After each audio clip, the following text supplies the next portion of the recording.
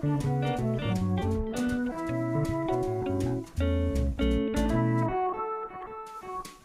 is Counselor Smith just checking to see if this works.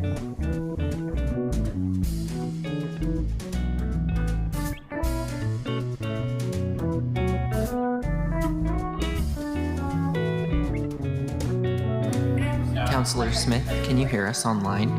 Counselor Smith, I can hear you. we can hear you. Okay, perfect.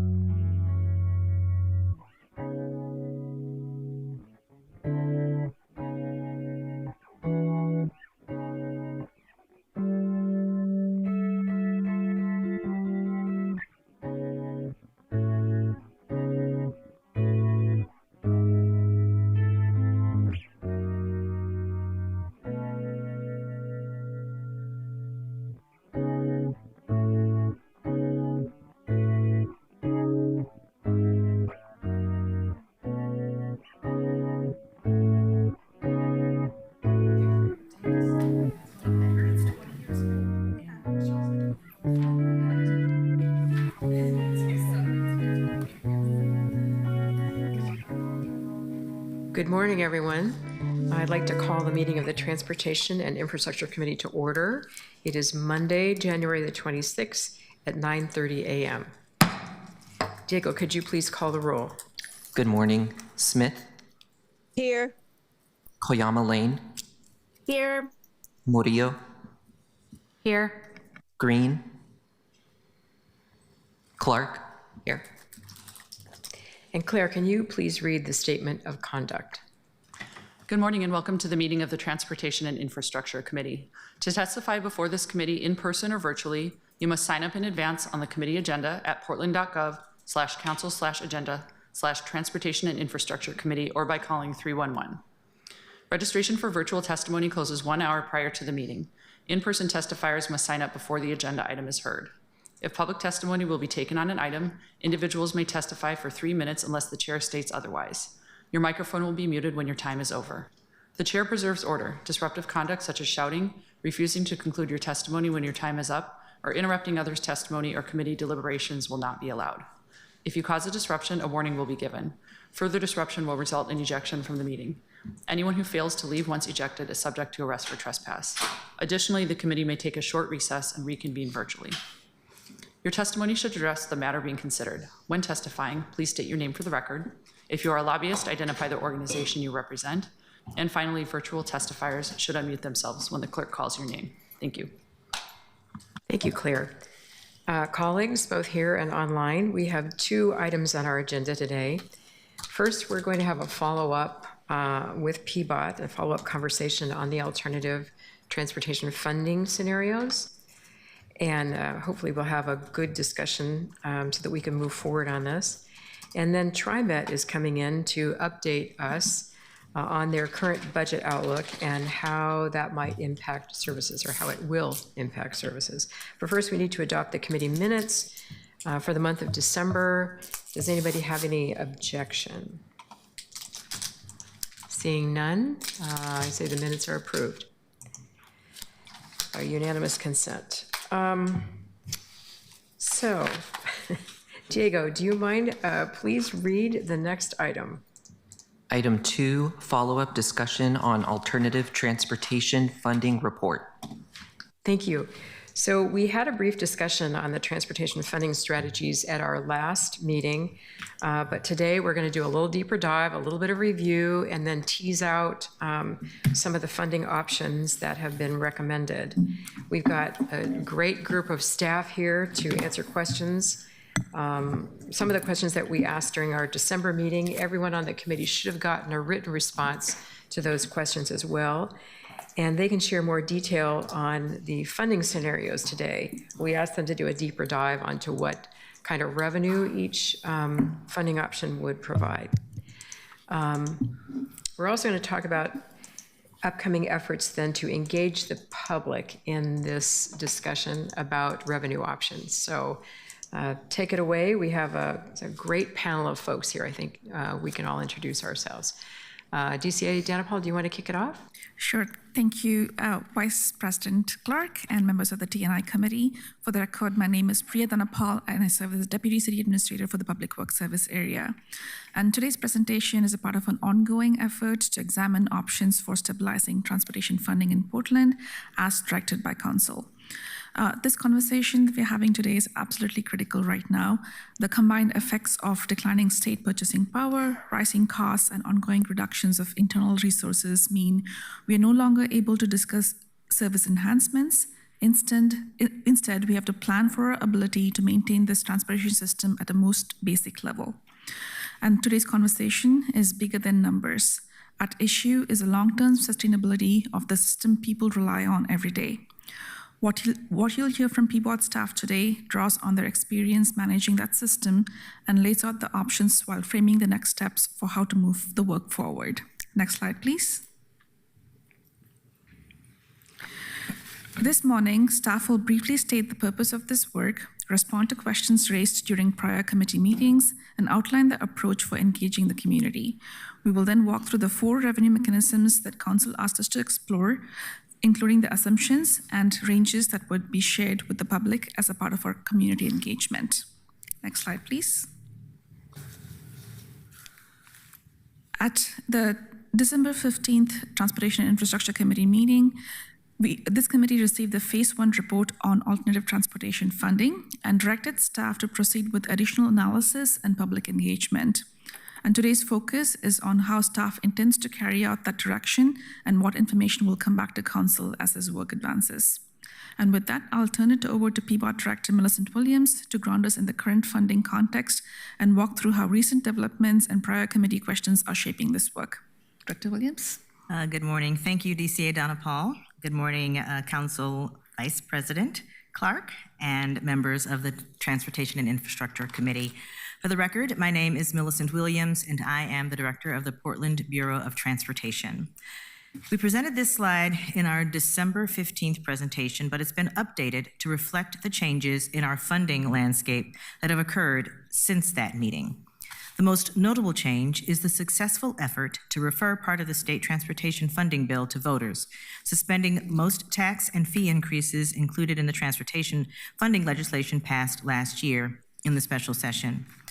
There was also discussion about repealing the entire bill in the short session and revisiting a transportation funding package in 2027.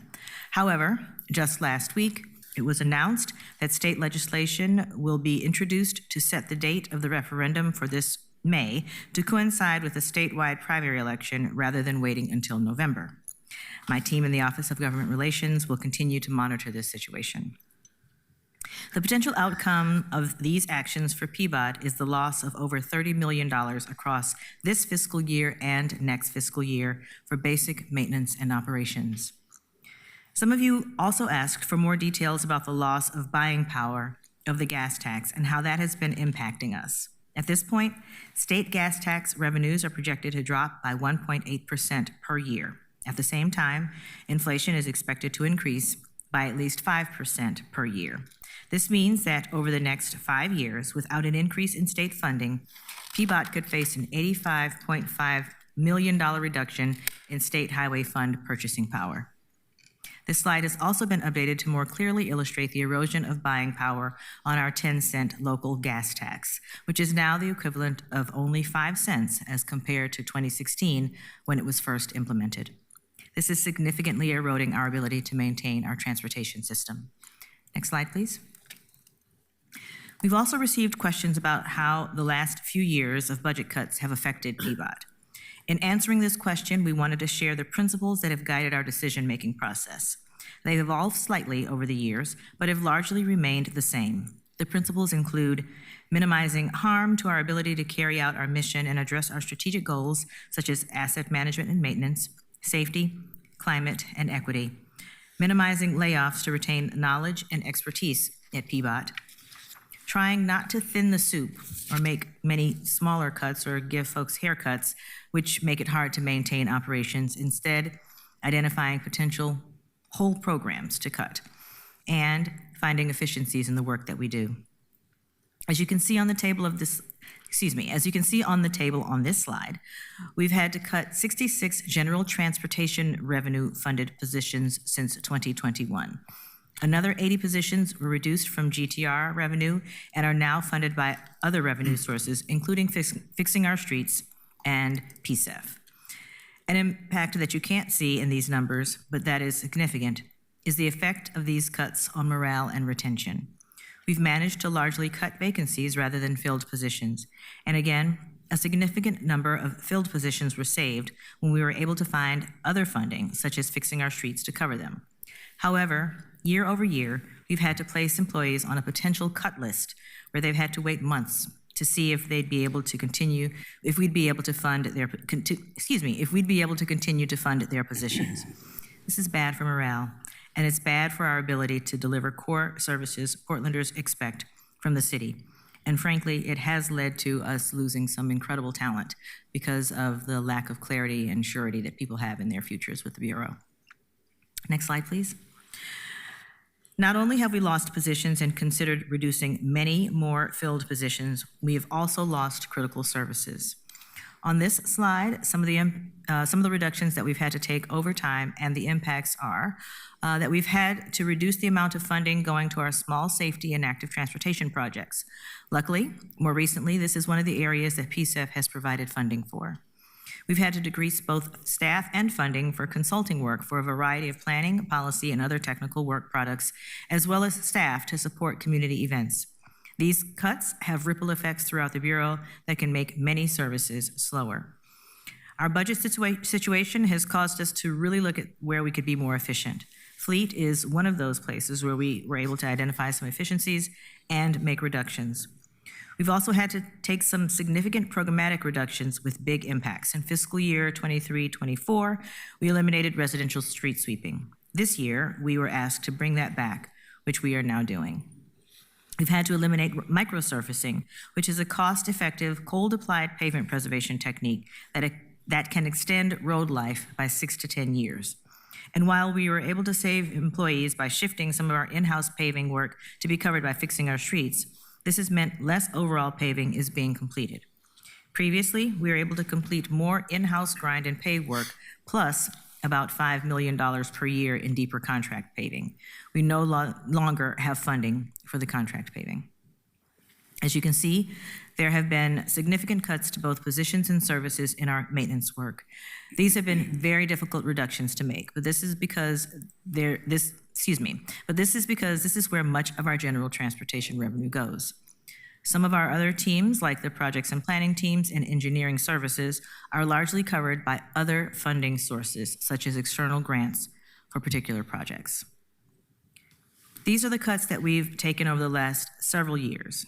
We are now facing another year of severe reductions and expecting to have another budget gap of approximately $25 million, which will further erode our ability to maintain and operate the transportation system.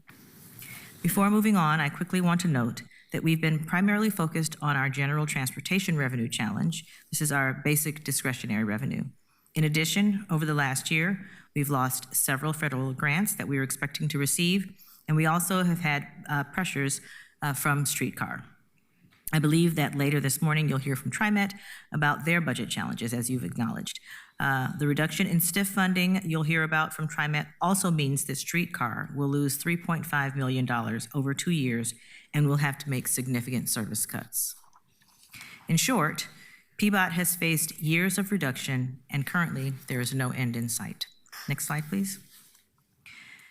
The ongoing budget pressures means that we are very focused on trying to find efficiencies and find ways to be as effective as possible. Here are a few examples.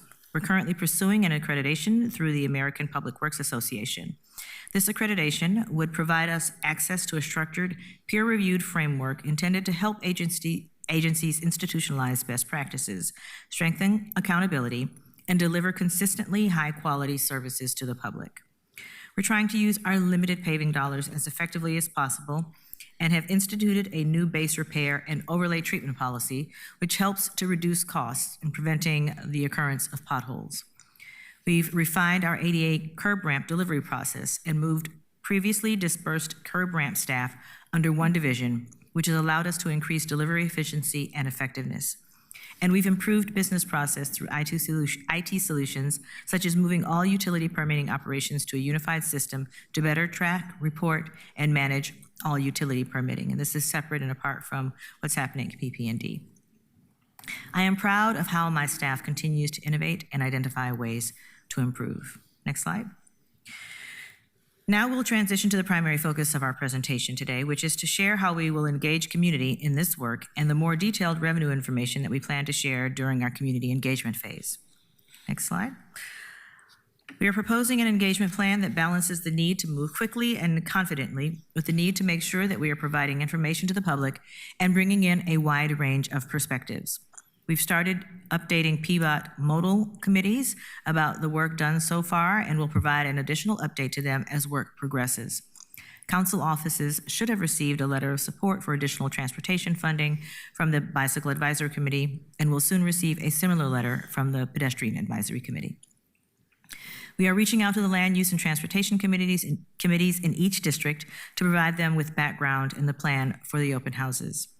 At the end of February and early March, we will host a drop-in open house in each district. The events will be designed for people to walk around and review posters with information similar to what we will be showing you today. We will also be asking questions and collecting feedback from attendees through interactive exercises. We're still finalizing the dates, and we'll share them as soon as we have them, and hope that many of you will be able to attend. We will also be reaching out to other stakeholders and organizations, and we will keep a website where we can share any collected information virtually. And while we've asked you to potentially attend the open houses, if there are meetings that you would like for us to attend as well, please don't hesitate to let us know, and we will add those to our schedule. The following slides generally illustrate the information that we will be sharing with the public. Next slide. We want to make sure everybody has shared understanding of the need for funding. We'll be providing graphics that show the condition of transportation assets and trends specific to each district, as well as visuals showing the Bureau's financial situation. We've already provided you with a lot of information about our need for funding. So this is just meant to be a placeholder to show that we will share this type of information with the public. Not this exactly, but something similar. We will then have visuals at the open house with more details about each of the 4 revenue mechanisms that we've identified in our report for further vetting with the public: the street damage restoration fee, the transportation utility fee, the retail delivery fee, and the third-party food delivery fee. Now, I'll turn it over to Mark Lear, who will discuss the street damage restoration fee and the transportation utility fee. Next slide. Thank you, Director Williams. For the record, my name is Mark Lear, and I'm PBOT's Policy Partnership and Resources Manager. This slide provides an overview of the street damage restoration fee. This proposal would amend the existing street opening fee, which covers only the program's administrative costs and does not charge for the structural damage to pavement.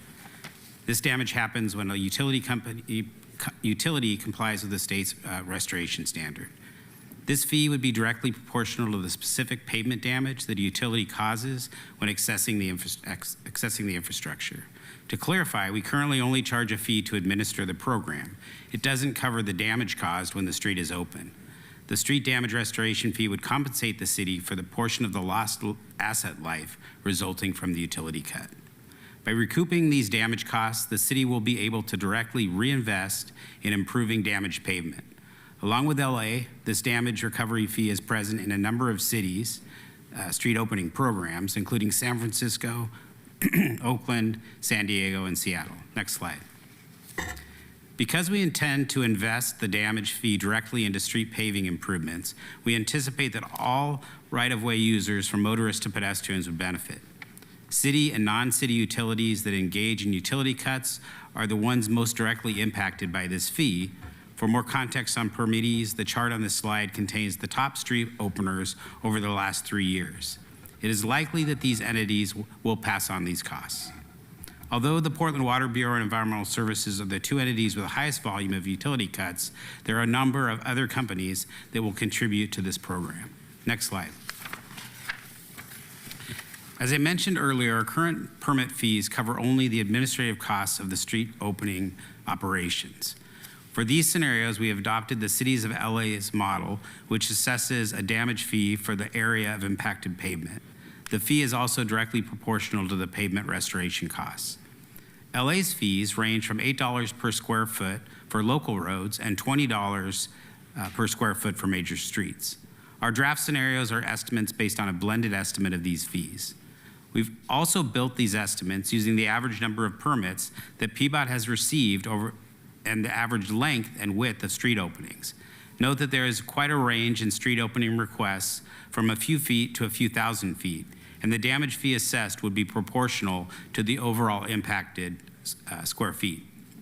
We provided you with three scenarios ranging from 25% to 75% of the damage recovery cost. As you can see, the 25% recovery scenario generates $7 million per year, and the 75% scenario generates $22 million per year. With regards to implementing this fee, PBOT would need to adjust system and business processes to manage permit requests, as well as establish a damage fee rate for local and busy streets that is proportional to the city's restoration costs. This work will result in refined rates and forecasted revenue targets. There is a potential to use this fee to incentivize better coordination of utility cuts in advance of projects. The fee could be reduced or increased based on whether or not the utility cut was before or after a paving project. Next slide. Of all the potential new revenue sources that we evaluated in our report, the transportation utility fee scored the highest on our evaluation matrix. A transportation utility fee is a monthly fee charged to residents and businesses based on their use of the transportation system. In all of the 31 Oregon cities that have transportation utility fees, the fee is collected on the public utility bill and is primarily used to pay for basic road maintenance and safety improvements like filling potholes. This mechanism has a number of advantages, including it is broad-based, allows for substantial revenue generation at relatively low cost for each payer. The revenue is not tied to fossil fuels. It uses existing billing systems to lower administrative costs. Everyone pays, everyone benefits, and there are opportunities to address equity issues using both a low-income discount program as well as in how we allocate resources. Next slide. A quick overview of how much other nearby Oregon cities are charging for the TUF helps set a baseline of understanding. This is not a new tool, and we don't need to reinvent the wheel. This slide highlights the 9 jurisdictions in the Portland metro area with transportation utility fees.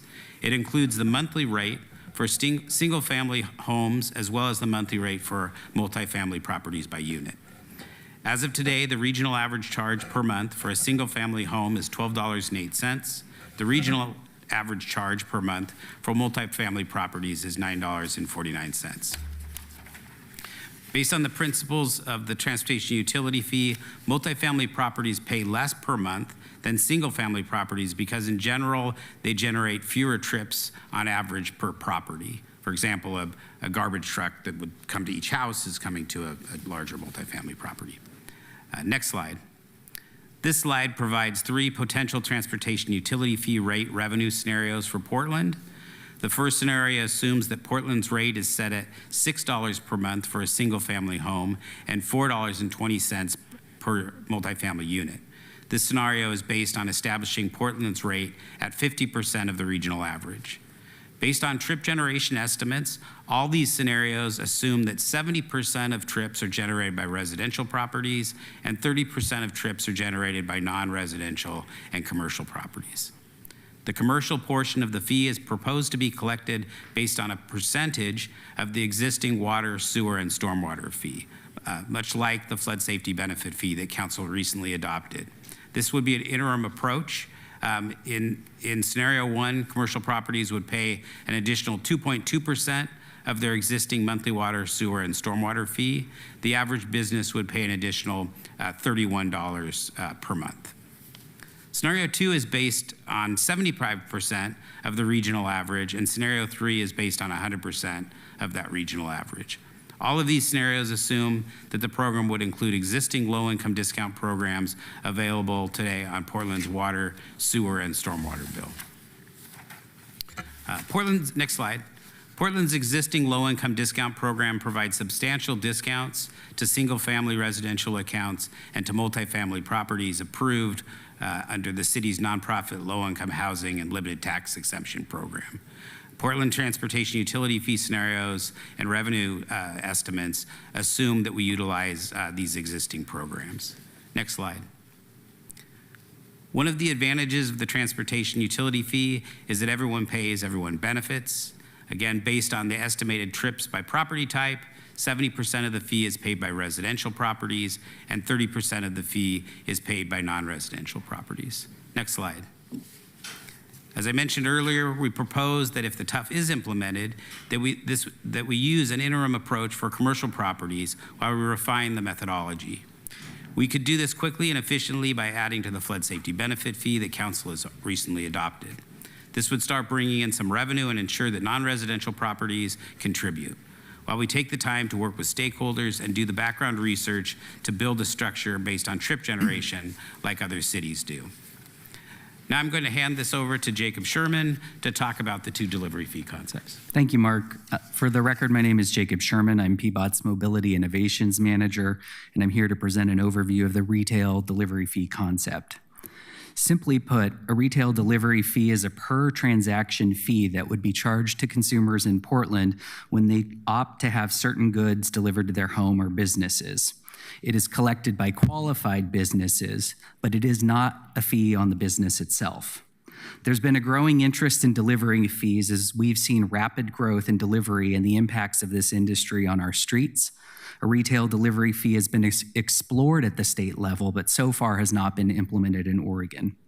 Last June, as part of the budget process, we were also directed through a budget note proposed by Councillor Canal to conduct research on a retail delivery fee.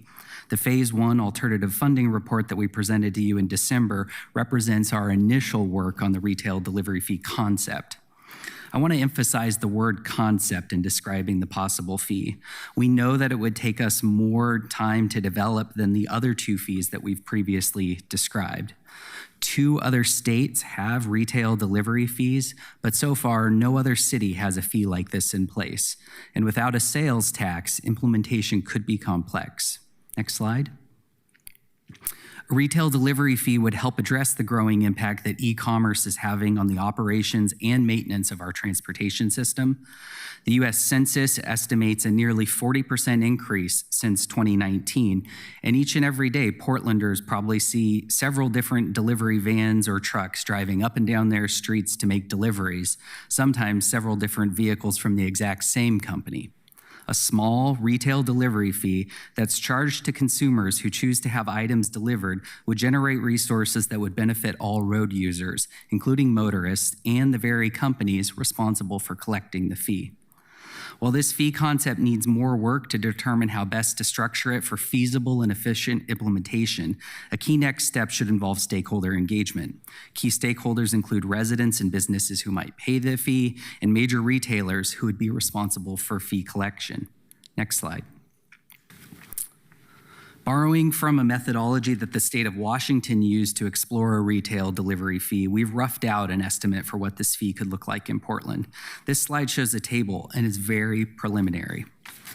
If this fee were set at 25 cents per delivery, which is close to Colorado's fee amount, then we estimate the retail delivery fee could generate about $4.5 million per year, with an estimated cost to the consumer of about $10.5. If the retail delivery fee were set at 50 cents per delivery, which is equivalent to Minnesota's fee, then it could generate about $9 million per year, with an estimated cost to the consumer of about $21 per year. Following in Colorado and Minnesota's footsteps, we would recommend that Portland consider exemptions for deliveries that include groceries and medicine, and that we also determine exemptions to reduce administrative burdens of collecting the fee on smaller businesses. Next slide. As we've explored the retail delivery fee concept, we've also developed a concept for a third-party prepared food delivery fee. Like the transportation network company fee that Portland charges to Uber and Lyft riders, this fee would be added to a customer's bill at the point of sale and collected by third-party food delivery platforms like Uber Eats, DoorDash, and Grubhub. This is also an option that would take some work to implement, although there are existing regulatory structures in place that could be updated, so we think it would be easier to implement than the retail delivery fee. Next slide. This fee would also be applied to consumers who choose to have prepared food delivered to them on a third-party platform. By implementing a fee on these convenient services, it would send a price signal to consumers and generate resources to maintain and hopefully improve the transportation system. This is a preliminary scan of stakeholders to engage around the prepared food delivery concept. Next slide. Here's a scenario for implementation of this concept. Again, this is not fully developed, so this is a preliminary estimate. If the fee were set at 25 cents for each prepared food delivery, then we would estimate it would generate about $2 million per year, with a cost to the consumer of about $4.75 in new fees. If the fee were set at 50 cents for each prepared food delivery, then we would estimate it would generate about $4 million per year, with the average cost to the consumer of about $9.50 per fees. It's worth noting consumers regularly pay a premium for these services, but the price signal could prompt some to avoid the fee by picking up their own food, or even possibly by choosing to dine in at one of Portland's many charming restaurants where they might actually spend more money on food, appetizers, and dessert. In closing, this revenue mechanism could rely on an existing regulatory framework and be easier to implement than the retail delivery fee, but it too will require more work and more stakeholder engagement. I'm now going to hand this over to PBOT's Chief of Staff, Shoshana Cohen. Good morning, Council Vice President Clark and members of the committee. For the record, I'm Shoshana Cohen, PBOT's Chief of Staff.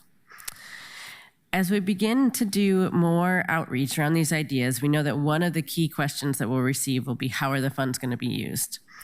We've talked a lot about our funding needs and our budget gaps, but we also want to engage the public in these conversations.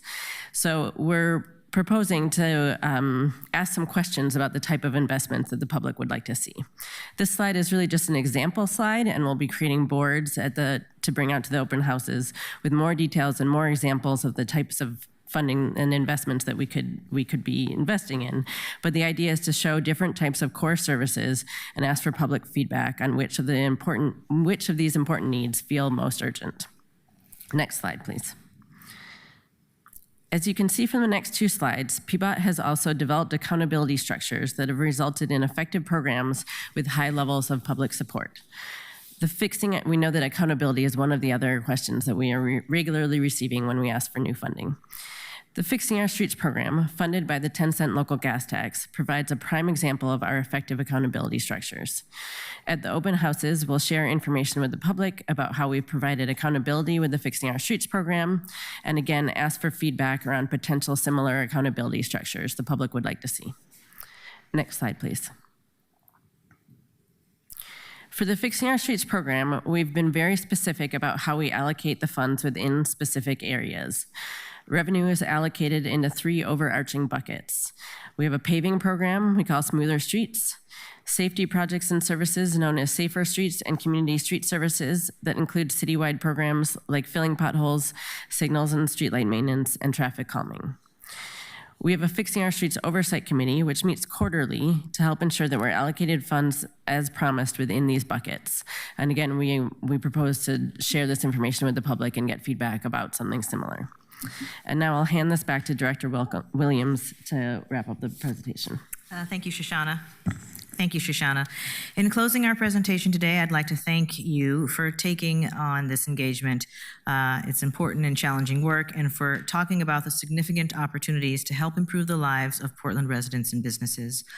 Although our needs are immense, over the last few years with the Fixing Our Streets program, we've demonstrated that by working together, we can do great things with even relatively small amounts of additional revenue.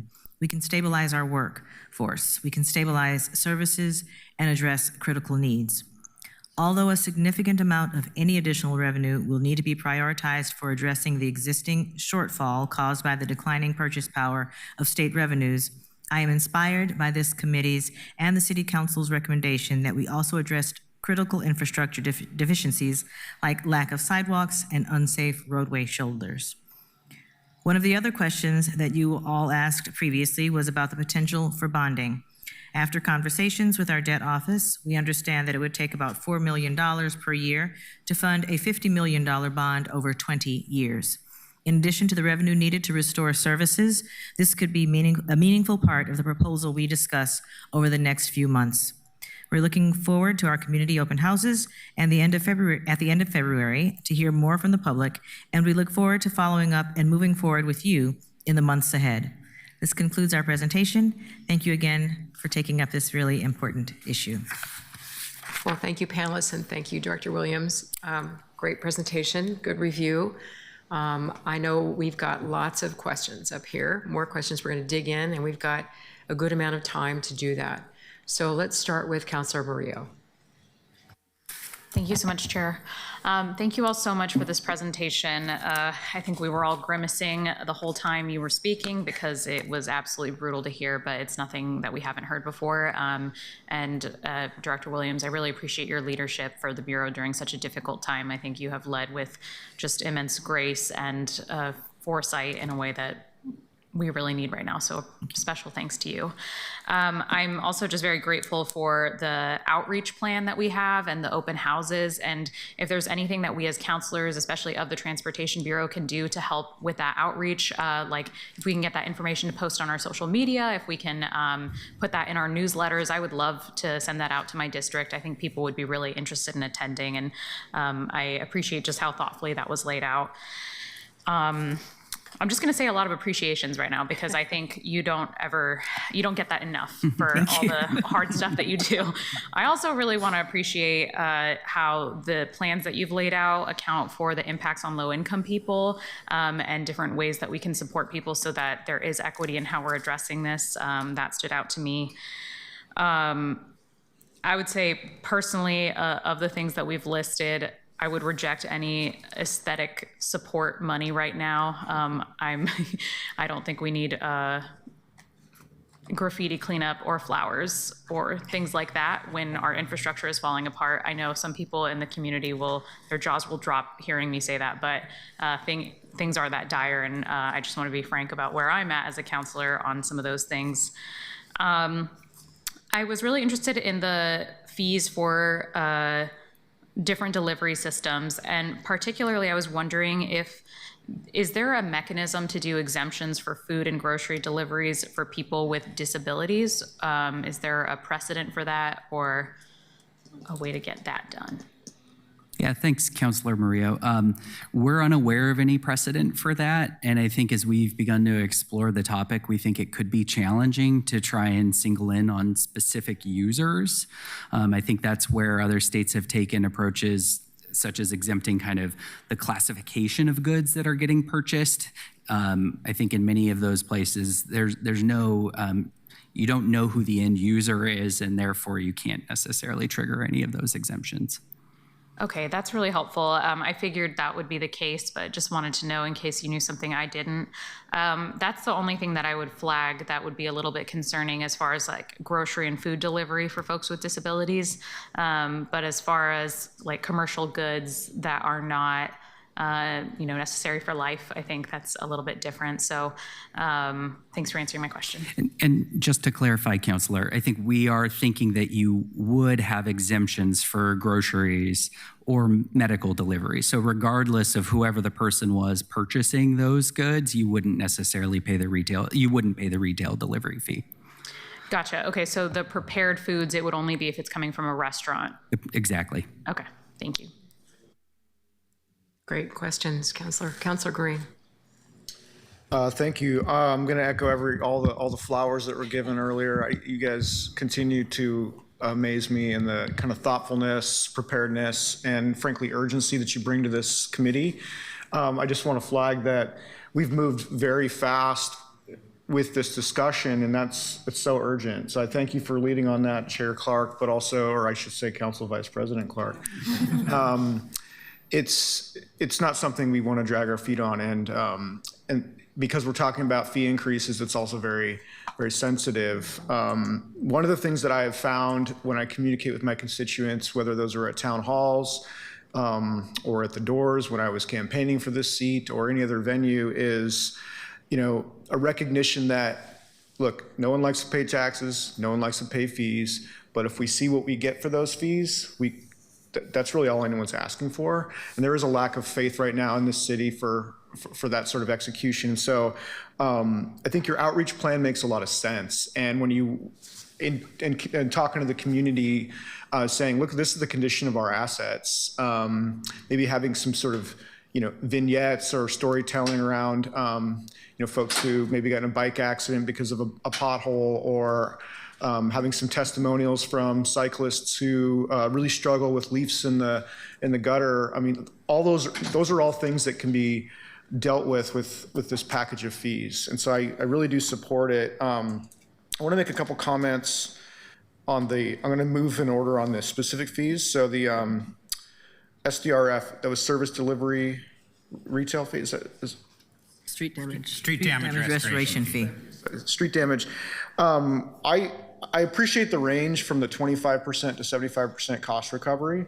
I would support going to the 75% upper limit, just because, and this is going to be the same for all of the fees. The incentives matter a lot, and so the strength of the fee needs to be enough to actually provide that price signal for people to change their behavior. And so if a utility, in particular our own utilities, want to avoid these fees, it becomes a very good value proposition to think about how to coordinate and minimize the number of permits that need to be pulled, so we can kind of get that work done at once. And that'll yield benefits to our assets in the long run. Councilor Green, if I may, your comment, especially about the city bureaus that have some contribution to this, one of the ways that we anticipate we would be able to address some of that in terms of the fees and the permits being levied would be through the unified CIP coordination effort. There are any number of times that we'll see our work or we'll see their work, and it's a matter of scheduling and timing that makes the difference between whether we would see a cut or not. Nothing breaks my heart more, and I think anyone can attest based on some of my recent reactions to seeing fresh pavement being cut, to seeing that when I know it could have been avoided. If it's happening today, it could have happened 2 weeks ago before we put the pavement down. So those are things that we anticipate will be addressed through the work of the Unified CIP, and I thank the Deputy State Administrator for her leadership in that space. Absolutely, and can never uplift that message often enough, because folks do see it, and it's important for our community to know that you're thinking about that. We're here to support that.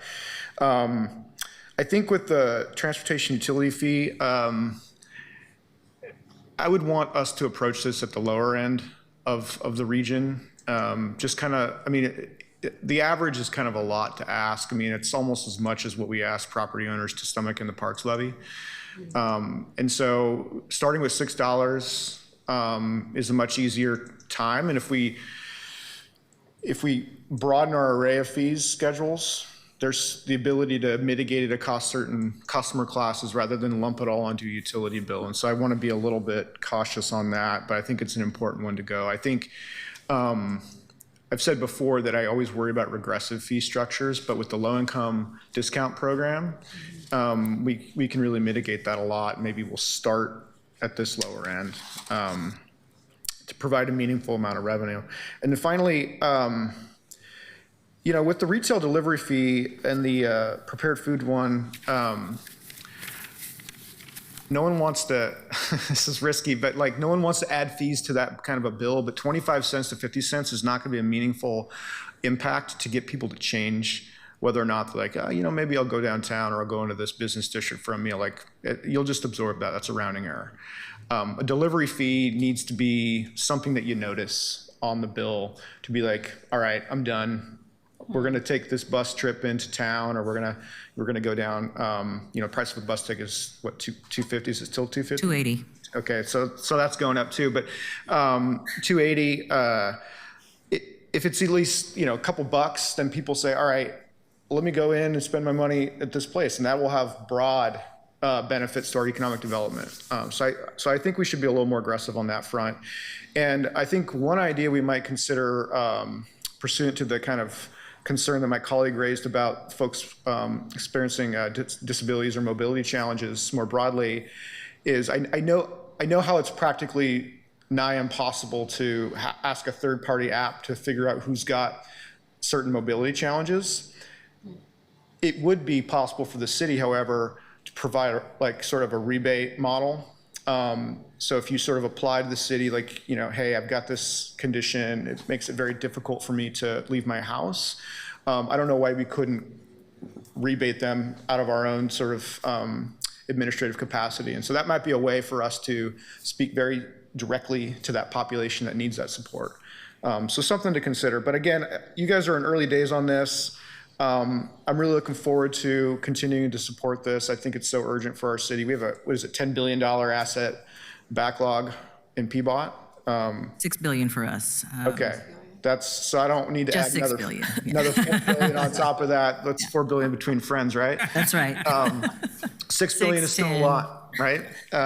So we do need to kind of take a big swing here. So I appreciate that. And thanks for mentioning the bonding, because we have talked about that as well. And so that potentially is a way to finance some of the SIP stuff. So thank you so much. I'll stop talking. Thank you, Councilor Green. Those are all really great questions and observations. I appreciate that. Let's go to Councilor Koyama Lane. Greetings. Hello. Hi, good morning. Thank you so much.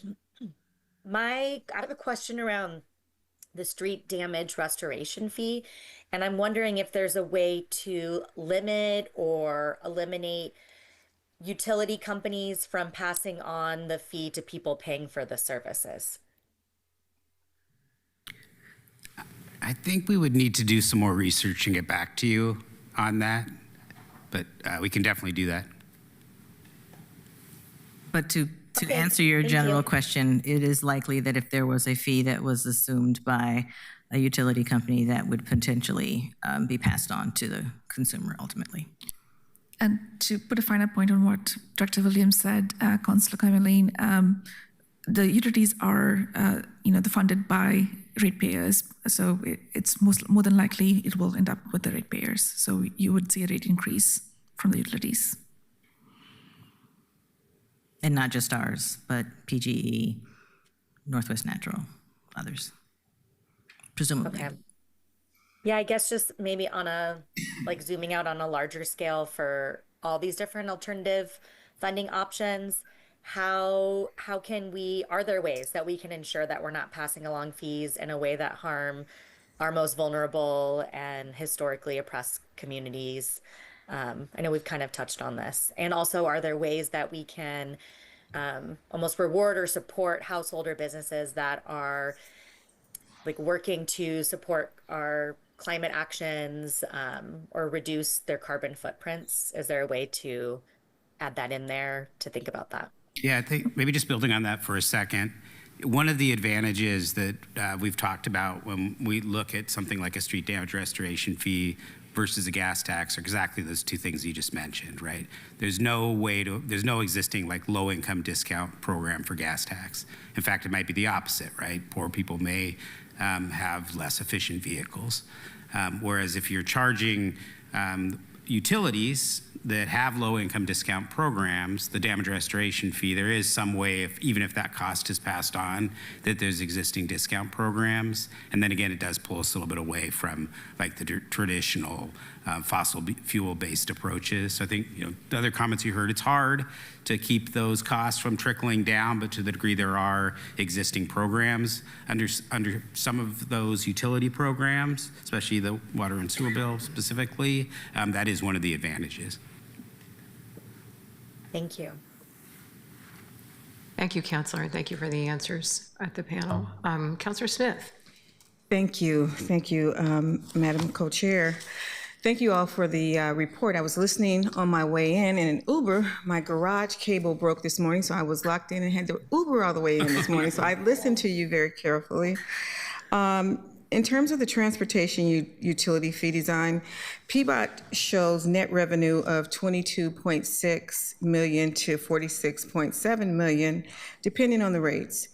What minimum viable TUF scenario keeps core maintenance and safety stable, and what does it buy us in year one? DCLA, Priya. I'm going to allow Director Williams to answer the specifics to that question. Okay, thank you. Can you repeat the two parts? So the first part was that PBOT shows net revenue of $22.6 million to $46.7 million, depending on what rate is charged. What is the minimum viable TUF scenario that keeps core maintenance and safety stable, and what does that buy us in the first year? The minimum viable actually would be that 50% of the regional average. I will acknowledge, however, that even that is insufficient to keep us at the level of service that I believe Portlanders are expecting. Again, this is a gap even in what we were expecting from the state. So we're starting at a tremendous deficit. This would just be getting us to zero. So anything more than that would provide an additional level of service. But again, that would be— Not just the first year, but— That's right. Okay. Yes. So there's a little bit of nuance in this, and in this current government environment around equity. The deck says that much of the fee will likely be passed on to utility bill payers. And what kind of safeguards are we considering so that low-income households aren't hit twice? And I mean by the fact that they're going to be hit with a higher utility bill plus declining streets, or will those streets be prioritized first so that they're not hit twice? I'll answer the second question first, which is around the prioritization of the streets. We do have a system in place that identifies the condition of roads all across the city.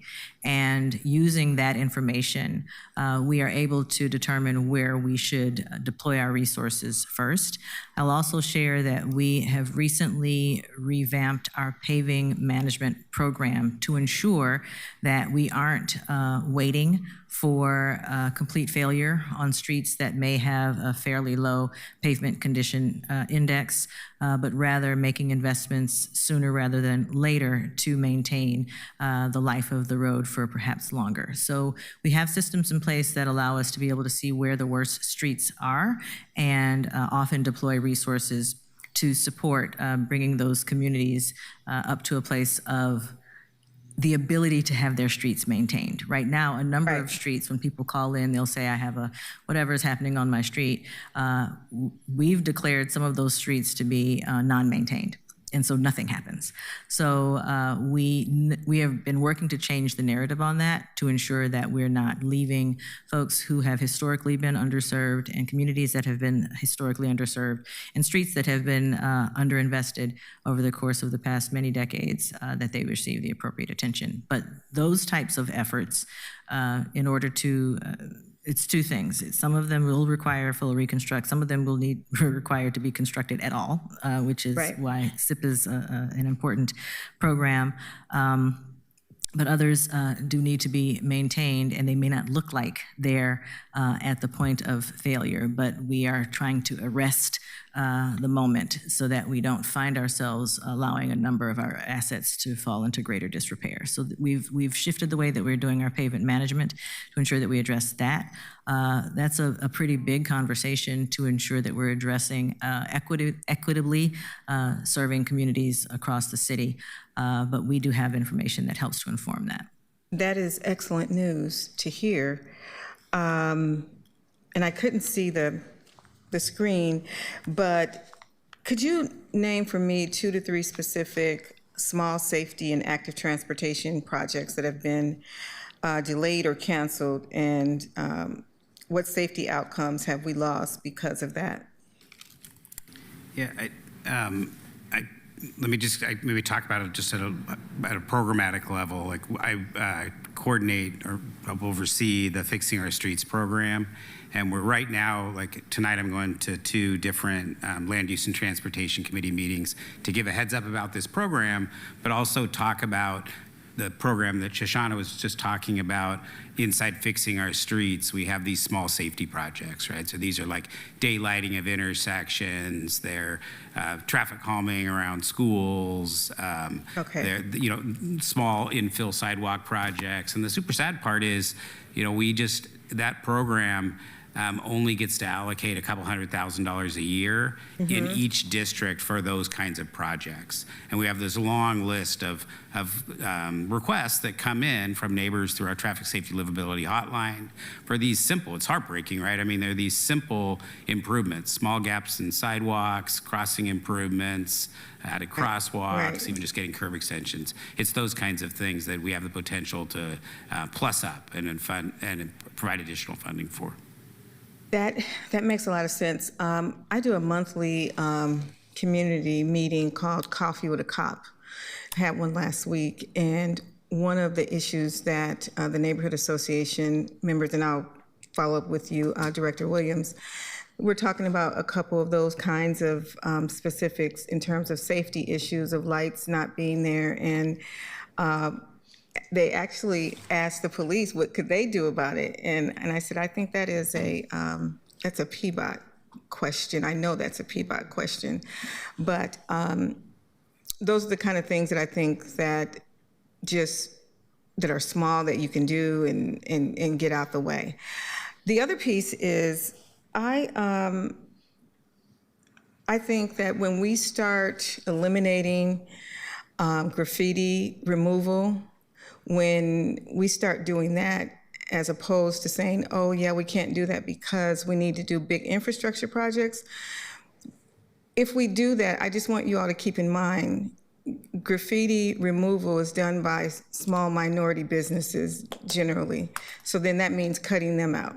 And I don't think that that is an option for us, because as we're trying to bring in new folks to secure transportation dollars, contract with transportation dollars, and in light of this new executive order, I don't think that we can single-handedly look to those things, because it's bigger than that. It's bigger than saying we're going to work on something big, and so we're not going to do something small.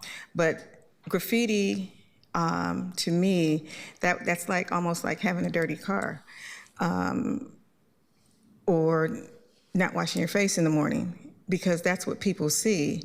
And we have to keep our city as clean as possible, and utilize those small businesses, because you put those folks out of business when you stop doing those the small active transportation kinds of things in the city. And so I want us to also have a 30,000-foot look at who we target and why we target, because I can guarantee you, if that is taken away, my phone is going to be ringing. I already know. So just think about those kinds of things and who it impacts and who does the work. It's not necessarily us, but we contract out that kind of work. So thank you for all that you have done these last two transportation committee meetings on pulling all this stuff together over weeks. And it's important, it's critical, and I appreciate what you all are doing. This is a tough job for us to figure this out. And I don't like taxing taxpayers any more than I have to, but we have to have an accurate accounting of what does it cost to take care of our core services. And thank you again. Thank you, Counselor. I just wanted to mention regarding graffiti removal, PBOT is but one of the entities in the city that is responsible for graffiti removal. There are, I think, 4 separate bureaus that address it in some way. And so while we are cleaning graffiti off of items or structures in the right-of-way, we don't typically do the contracting out on the graffiti removal, others do. So there probably does need to be a broader conversation around how we address that work. Exactly. Okay, thank you. And I know I didn't answer your first part of the first question, but it was around affordability and ensuring that we aren't hitting certain parts of the community twice with the fee and not doing the work. Yeah, and not doing the work. So that's probably a longer conversation in terms of how we ensure that the affordability programs are something that people are taking advantage of, but also that because of the conditions of the roads, that they're not feeling inequitable impact. We can continue to discuss what that needs to look like for us. I'll send you 5 other questions that I have prepared because this is very important to me. And I'll email it to you all, and I'll email it out if you could CC my colleagues on it with the answers. Sure. Thank you so much.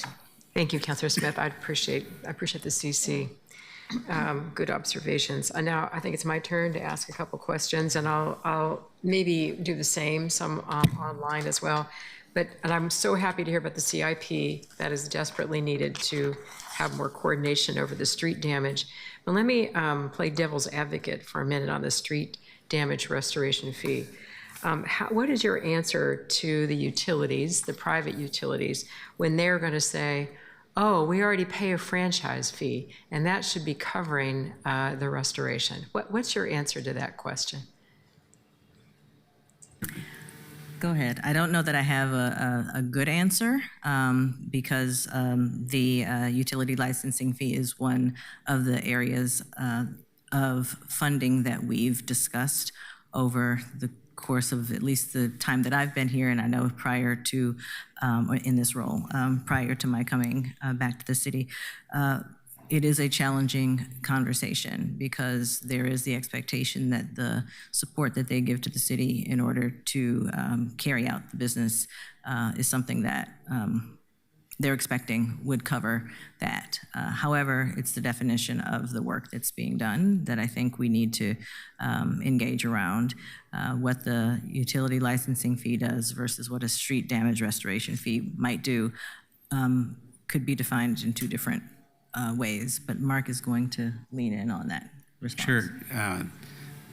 Thanks, Councilor Clark, for the question. I'm sure you will get some of that response, which I've heard in the past when we've talked about this. The feedback that I've gotten from the city attorney's office is that in Oregon, franchise fees and in Portland are set up for reimbursement to the city of those utilities of doing business in our city. And that's the reason under state law that they were set up. That's the justification.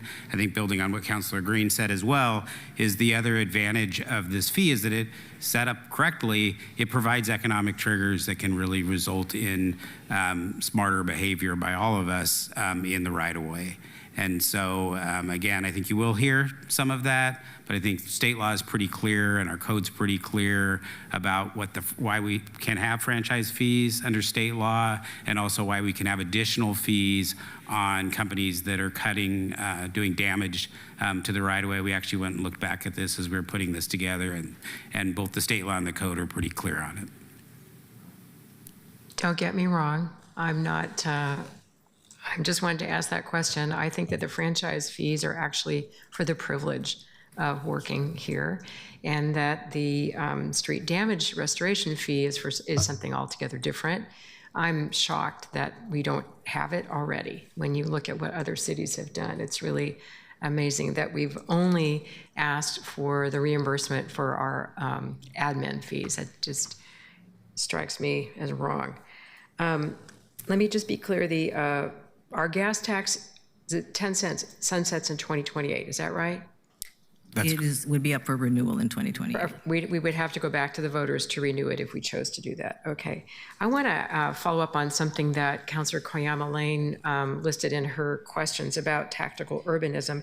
And this isn't necessarily to do with costs, but I hear more and more about people in neighborhoods that want to fill their own potholes or put up their own signs.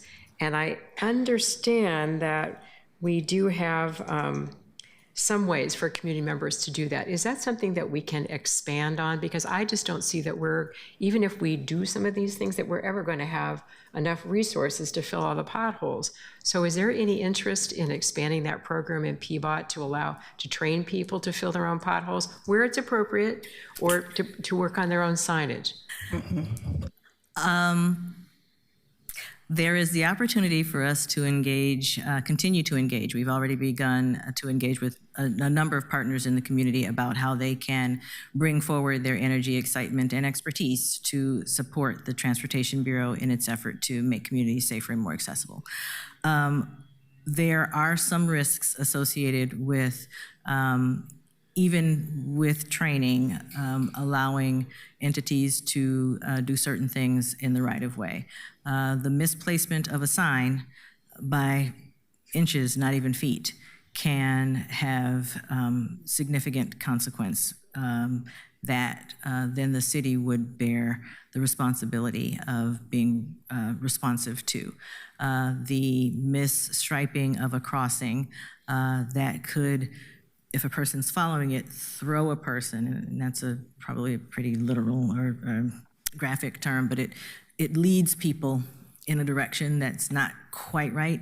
And again, inches sometimes can make the difference between a vehicle or a bicycle being able to traverse a space on an even level versus just a inch or a few inches or a few ticks. That's important to note because if we allow that, then we assume the responsibility for any potential negative impacts. There have been some efforts in the past year plus where there have been some pretty significant improvements that folks have sought to make. Unfortunately, because they were a little off, we had to go back in and make corrections to that. In some instances, completely remove and redo, which is more expensive than us being able to be responsive to the initial request if someone were to file that. We do encourage people to, and I recognize it takes some time to get through 823 SAFE or even through 311 to get onto the list of projects that we'll work on, but I do encourage people to do that because at least we know that there's the problem. Given that we don't have eyes everywhere, we are depending on the community's eyes to help us to figure out where we should be prioritizing moving forward. And so, yes, we will engage in tactical urbanism. Yes, we need to talk about how we can do that most effectively. I appreciate the cautions. I'm not advocating that. I'm just saying that there are vigilante pothole fillers out there that if we don't do something like this, it's just going to increase and continue. I wanted to ask Jacob a question, if that's okay, about your work on the delivery fee, because we don't have a sales tax. I imagine that it's Colorado, and I don't remember the other state. Minnesota. They have sales taxes that they've been able to piggyback on, and we don't have any kind of collection structure for anything like that. Is that what you're telling us? Correct. That's what I'm telling you. Although, we have been doing this work in partnership with the city attorney office as well as leadership at the revenue division. And I think they've been thinking through some of the mechanics, but have acknowledged the fact that kind of one of those key pieces of the puzzle isn't necessarily there right now. Great. Well, I appreciate your calling it a concept because I think we have a lot more work to do on that. Let's go back to Councillor Green. Thank you very much. Sort of in the spirit of community engagement, as we were previously talking about, I think one of the things that's so nice about our new committee structure is that we have highly active, very smart people in the community who watch these hearings, and that gives them ideas as we're discussing. So I got flagged in a social media post like minutes ago by a person named Opaque Reptile, but they raise a really good question, which the question is basically, if we're going to design a retail and prepare foods fee, would it be possible to create an exemption on that fee for non-car delivery, like if it's a bike or a motorcycle or a scooter? Because if the spirit really is to sort of mitigate the marginal impact of that mode, that could potentially be a really interesting incentive driver as well. I think the third-party apps already kind of get a sense of whether you have a car or not. Most definitely, Councillor Green. I think those are things that we have been thinking about. I think that was a level of detail that wasn't necessarily appropriate for this presentation. But those are definitely some of the considerations we'd like to talk with you more as we develop these concepts out further. Thank you. Thank you. Councillor Smith, you have another question. Yes, thank you. And just going back to the pothole issue, I asked you all this last year how much it would cost to fill a pothole. I think you said it was like $450? $300, roughly. Or about $300. So I think that for the most part, just so that people do know, we do fill those, but we also, for the streets and the sidewalks, it is currently the responsibility of the homeowner to pay for. But the potholes is something that we do, and it's fairly inexpensive. As you have said, Director Williams, we need to make sure that things are done in an accurate way. And I appreciate the people who do want to do those kinds of things, but I think that the small cost of the potholes, there are ways that we can get that done quicker than to have folks doing DIY projects on Saturday on our city streets. So I don't want to encourage that. That's what, at all. So thank you. Thank you, Councillor Smith. Councillor Green, is that a legacy, I assume? So colleagues, I think we're at time now. Thank you so much for this presentation and all the work that you're doing to ensure that we have good public engagement. And we'll talk to our colleagues to ensure that as much as possible, they show up to the community meetings that you're setting up, and that they set up their own and request your presence when possible to inform everyone, to get feedback on people's priorities and perceptions about transportation. I think it's incredibly important that we get the message out that the gas tax that we've all been relying on for most of our lives is a diminishing revenue source. And that at the same time that it's going down, inflation is going up. I think that's a key message. And that we're not getting any help from the feds. In fact, they're pulling back on the promises that they've made in transportation. And at the state level, which we've relied on, the 50-30-20 split, which is almost the holy grail, people are talking about changing that. We don't want that to happen, but they still need to figure out how they're going to raise revenue for us and for themselves and for ODOT and the needs that the state has. I know that's all in flux, and I appreciate the fact that you're following that, but I don't see anything happening in the immediate until 2027. So we're going to have to do something for ourselves. And that's what this is all about, folks, is how we're going to help ourselves. And I think you've done a great job on the report, looking at 20 different options, zeroing in on 4 with some excellent criteria, applying those. So I think you've done great work. And I look forward to the next step, and we'll talk to our colleagues. We'll probably, if we do change the committee structure and come up with a committee of the whole, I would imagine that we would ask you to come to the committee of the whole and provide the same kind of information and briefing for our colleagues and answer their questions as well. Because ultimately, our colleagues, we're all going to have to vote on this if we decide to go through with one or more of these options. So thank you so much for being here and for all your good work. And onward, here we go. Thank you. Thank you. Diego, would you please read the next item? Item 3, TriMet funding outlook. Thank you. Colleagues, we've had a brief discussion on transportation funding strategies, but now we're going to shift to hear from one of our partners, our regional agency. Some of my former coworkers, greetings, nice to see you here. They're going to share some more details on what's coming, their budget shortfall, and their anticipated service impacts. I know that this is incredibly important to our community. I've seen the bus that services my particular neighborhood be cut, be changed, be whatever. I don't know what's coming. So we're anxious to hear from you and to figure out how we can best support you as well. So J.C. Vanetta, do you want to kick this off?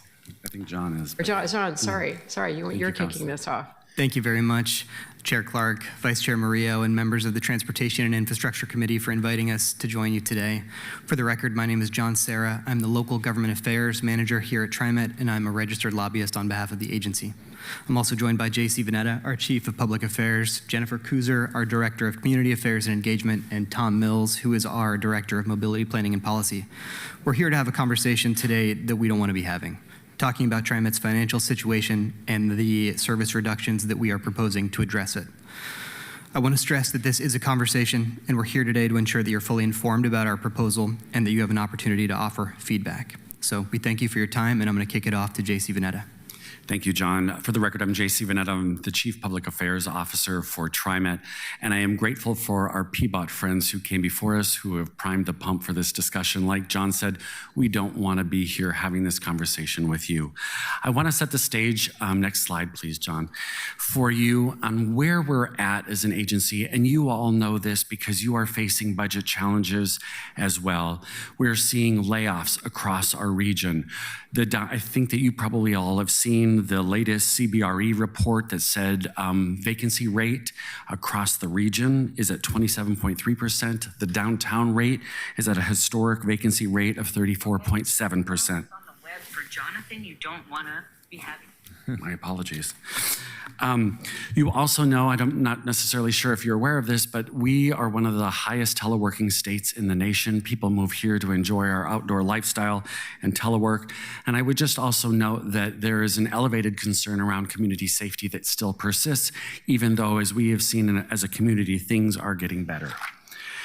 Here at TriMet, our ridership is holding steady at 1.2 million rides per week. We do move a lot of people, bringing people to where they need to go. I would note for you all that 35% of our riders are transit dependent. We have seen that number steadily climb since the start of COVID. And so we know this because there are record enrollments in our low-income fare program, as well as the use. A lot of people are tapping their hop cards. You'll hear more about this in the days to come, but we are seeing declining tax revenue. Our employer payroll tax forecasts are down, as well as our employee payroll tax, which is the State Transportation Improvement Fund. And our overall fare revenue is down, and I'll go into that here in a second. We are about at 70% of our ridership. We have seen a 30% drop since the pandemic. It has inched up, but that also means a drop in our fare revenue, which is around $60 million a year. We have seen inflation costs, much like the city has. They have grown by 56% between 2019 and 2025. And it also has to do with some huge investments that we have made in safety and security. What you see on the streets and sidewalks of Portland and our region, you will sometimes see on TriMet. We have invested millions of dollars in added cleaning, and we've reconfigured our network. Our Tom Mills and team have done a great job. We have seen the trends that the pandemic has forced on our community, and we have reacted by investing money into our reconfigured network to really get people to where they need to go. And we have a smaller number than PBOT, but we have a backlog of $700 million in capital maintenance. As you know, our MAX line, our oldest MAX line, is over 40 years old, and we have to replace some of those key infrastructure elements. So where that leads us? As we are looking at declining revenue, as we're looking at increase in costs and maintenance, we have seen around a $300 million structural deficit that we face. And I say about because it's kind of a changing target, but we're working diligently to get there. Our goal is to balance our budget by July 1st, 2028. And you might say, why July 1st, 2028, and it's because good government practices say that when you see a shortfall, you try to correct that within 3 years.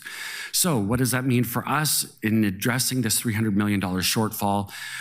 We have laid out a plan to cut at least $93 million in administrative costs, discretionary spending. We want to raise a minimum of $48 million a year in new sustainable revenue and service. It's about a 10% cut, but at least $159 million in service. Now, Tom's going to go through all of that, but I just want to let you all know that while there are cuts in front of you today and that your constituents are reacting to, there's still yet another round to come, and those get even more severe if we don't get more revenue. Go ahead, next slide. So some internal actions. We have jumped on this goal. We have reduced our internal spending by $150 million through efficiencies. We've reduced discretionary spending. We have canceled any future planned bus service increases. And we've also eliminated 68 positions and layoffs of 26 employees. We proposed service cuts, which Tom will talk about, but just so you know, there are more internal cuts and more layoffs still to come. This was just our first round. Next slide. Some external efforts that you might have seen. We've increased our fares January 1st. We have another one that will be going out to the community later this year, which we would increase fares again in 2028 if approved by our board. We've been working with lawmakers, much like you all have, around the state transportation package. It's up in the air. While we continue to have discussions with lawmakers and whoever will talk to us, we're not counting on that increase in STIF, which was a part of, your gas tax increase because of the referral.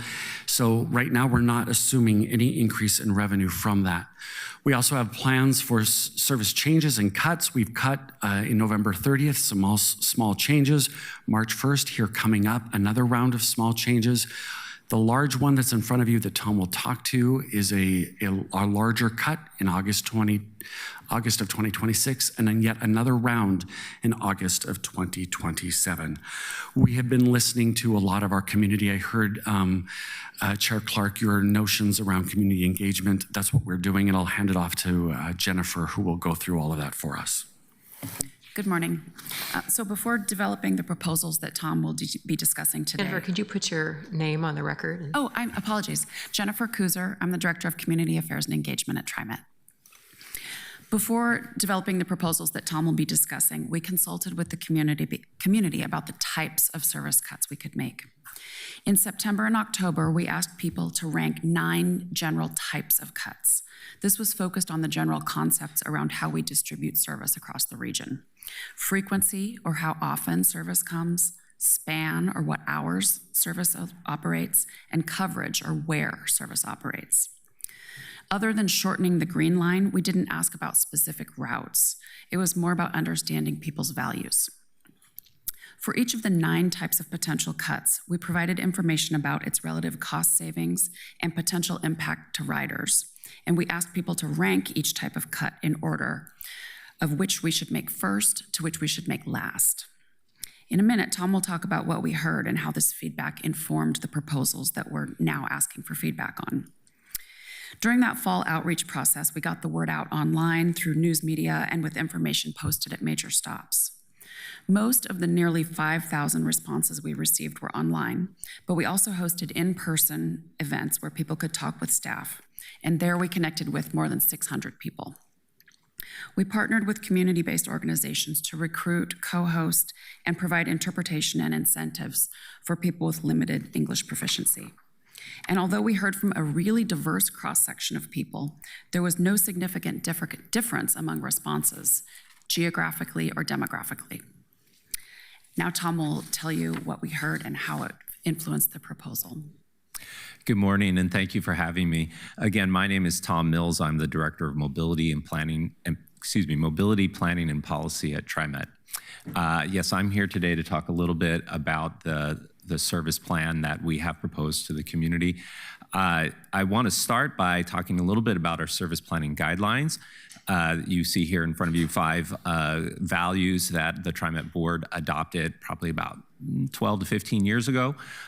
First, starting looking at equity and ensuring that we're providing service to low-income communities and communities of color, but also looking at demand, making sure we're taking people to where they want to go.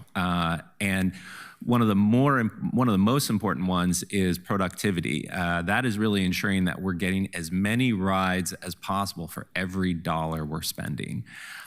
Connections, of course, trying to connect as many of the job centers, the hospitals, the colleges, training centers, et cetera. And then lastly, growth. And that's a hard one for us because a lot of times the growth is on the edge of the region where there's less density. And so we try to keep up with that growth, but sometimes we struggle with that. Next slide, please. So as Jennifer mentioned, we looked at 9 options that we put to the community through our survey. On this matrix here, those options are listed on the left. And when you look at this matrix, green is good, red is bad, and yellow is in between. And so we kind of ran these options through our matrix here, first looking at, well, how much money could we save in each of these? And so you see a lot of green, that's good news. But then when you look at, well, okay, what's going to be the impact to our riders? You start to see some red next to some of those green ones with the cost savings. So that gave us a little bit of pause. The next evaluation was the degree of impact. So for example, eliminating a line completely has a bigger impact than, say, reducing the frequency, how often the bus comes or not coming as late at night. So you see a kind of a mix of the green, yellow, and red in there. Next was the survey results. So when we received the survey results, what we really heard from people was, number one, look to shorten the green line. Yes, it's frustrating to make a transfer, but at least people can still make their trips. And then similarly, try to look for efficiencies within your network where buses are running close together. Can you serve the same area with 1 bus line instead of 2 bus lines, 2 bus lines instead of 3 bus lines? So that was definitely high up in the list. Some of the things they said do not cut were, do not cut the frequent service bus lines, the lines that come every 15 minutes, 7 days a week. That's 8, and between the bus lines, the frequent service bus lines and the MAX, that's over 80% of our ridership. They also said try not to cut late night service and weekend service.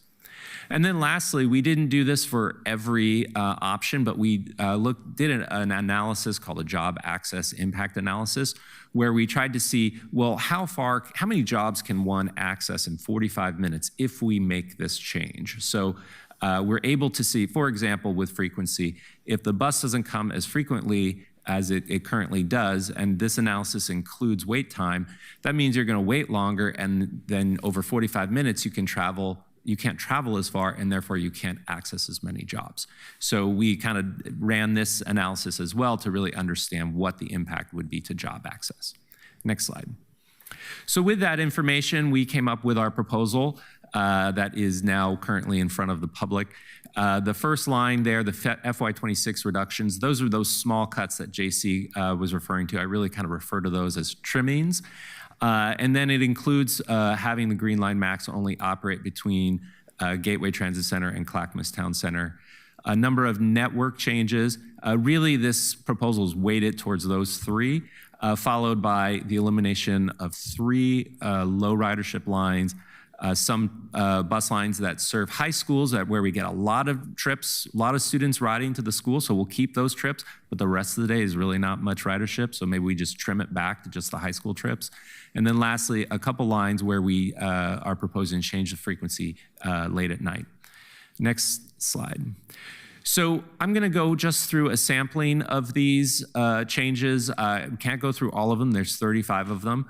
But just to give you a sense of the kind of major buckets. So the first, of course, is shortening the Green Line max. You see on the left is the current condition where the Green Line goes all the way to downtown and to PSU. And then the second is what we're proposing. Some of the impacts of this, of course, possibly transferring for folks at Gateway Transit Center to the red and green lines. Along the Banfield, max service would go from operating every 5 minutes to operating every 7.5 minutes. So we think a 2.5-minute wait is palatable to most people. The headway meaning the frequency on the transit mall for max would go from every 7.5 minutes to every 15 minutes because now just the yellow-orange line would be operating. However, there are a lot of buses on the mall, so people could still get up and down the mall. One of the important things to note is nearly every Green Line max station has a bus line going to downtown, and in fact, many of them are those frequent service bus lines. And in fact, today even, some of those max stations, if you get on the bus, you'll probably get to downtown faster than if you ride all the way up to Gateway and then out the Banfield, especially if you're going to PSU or the south part of downtown. Next slide, please.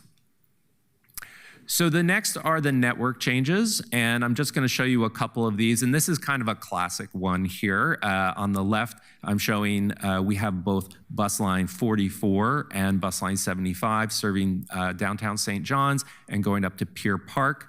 And the bus line 75, which is the blue line, that runs every 15 minutes, line 44, every 30 to 45 minutes or so.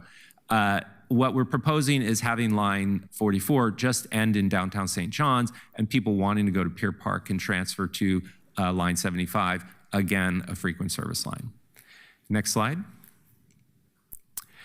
And here, I think, is our only proposal in East Portland.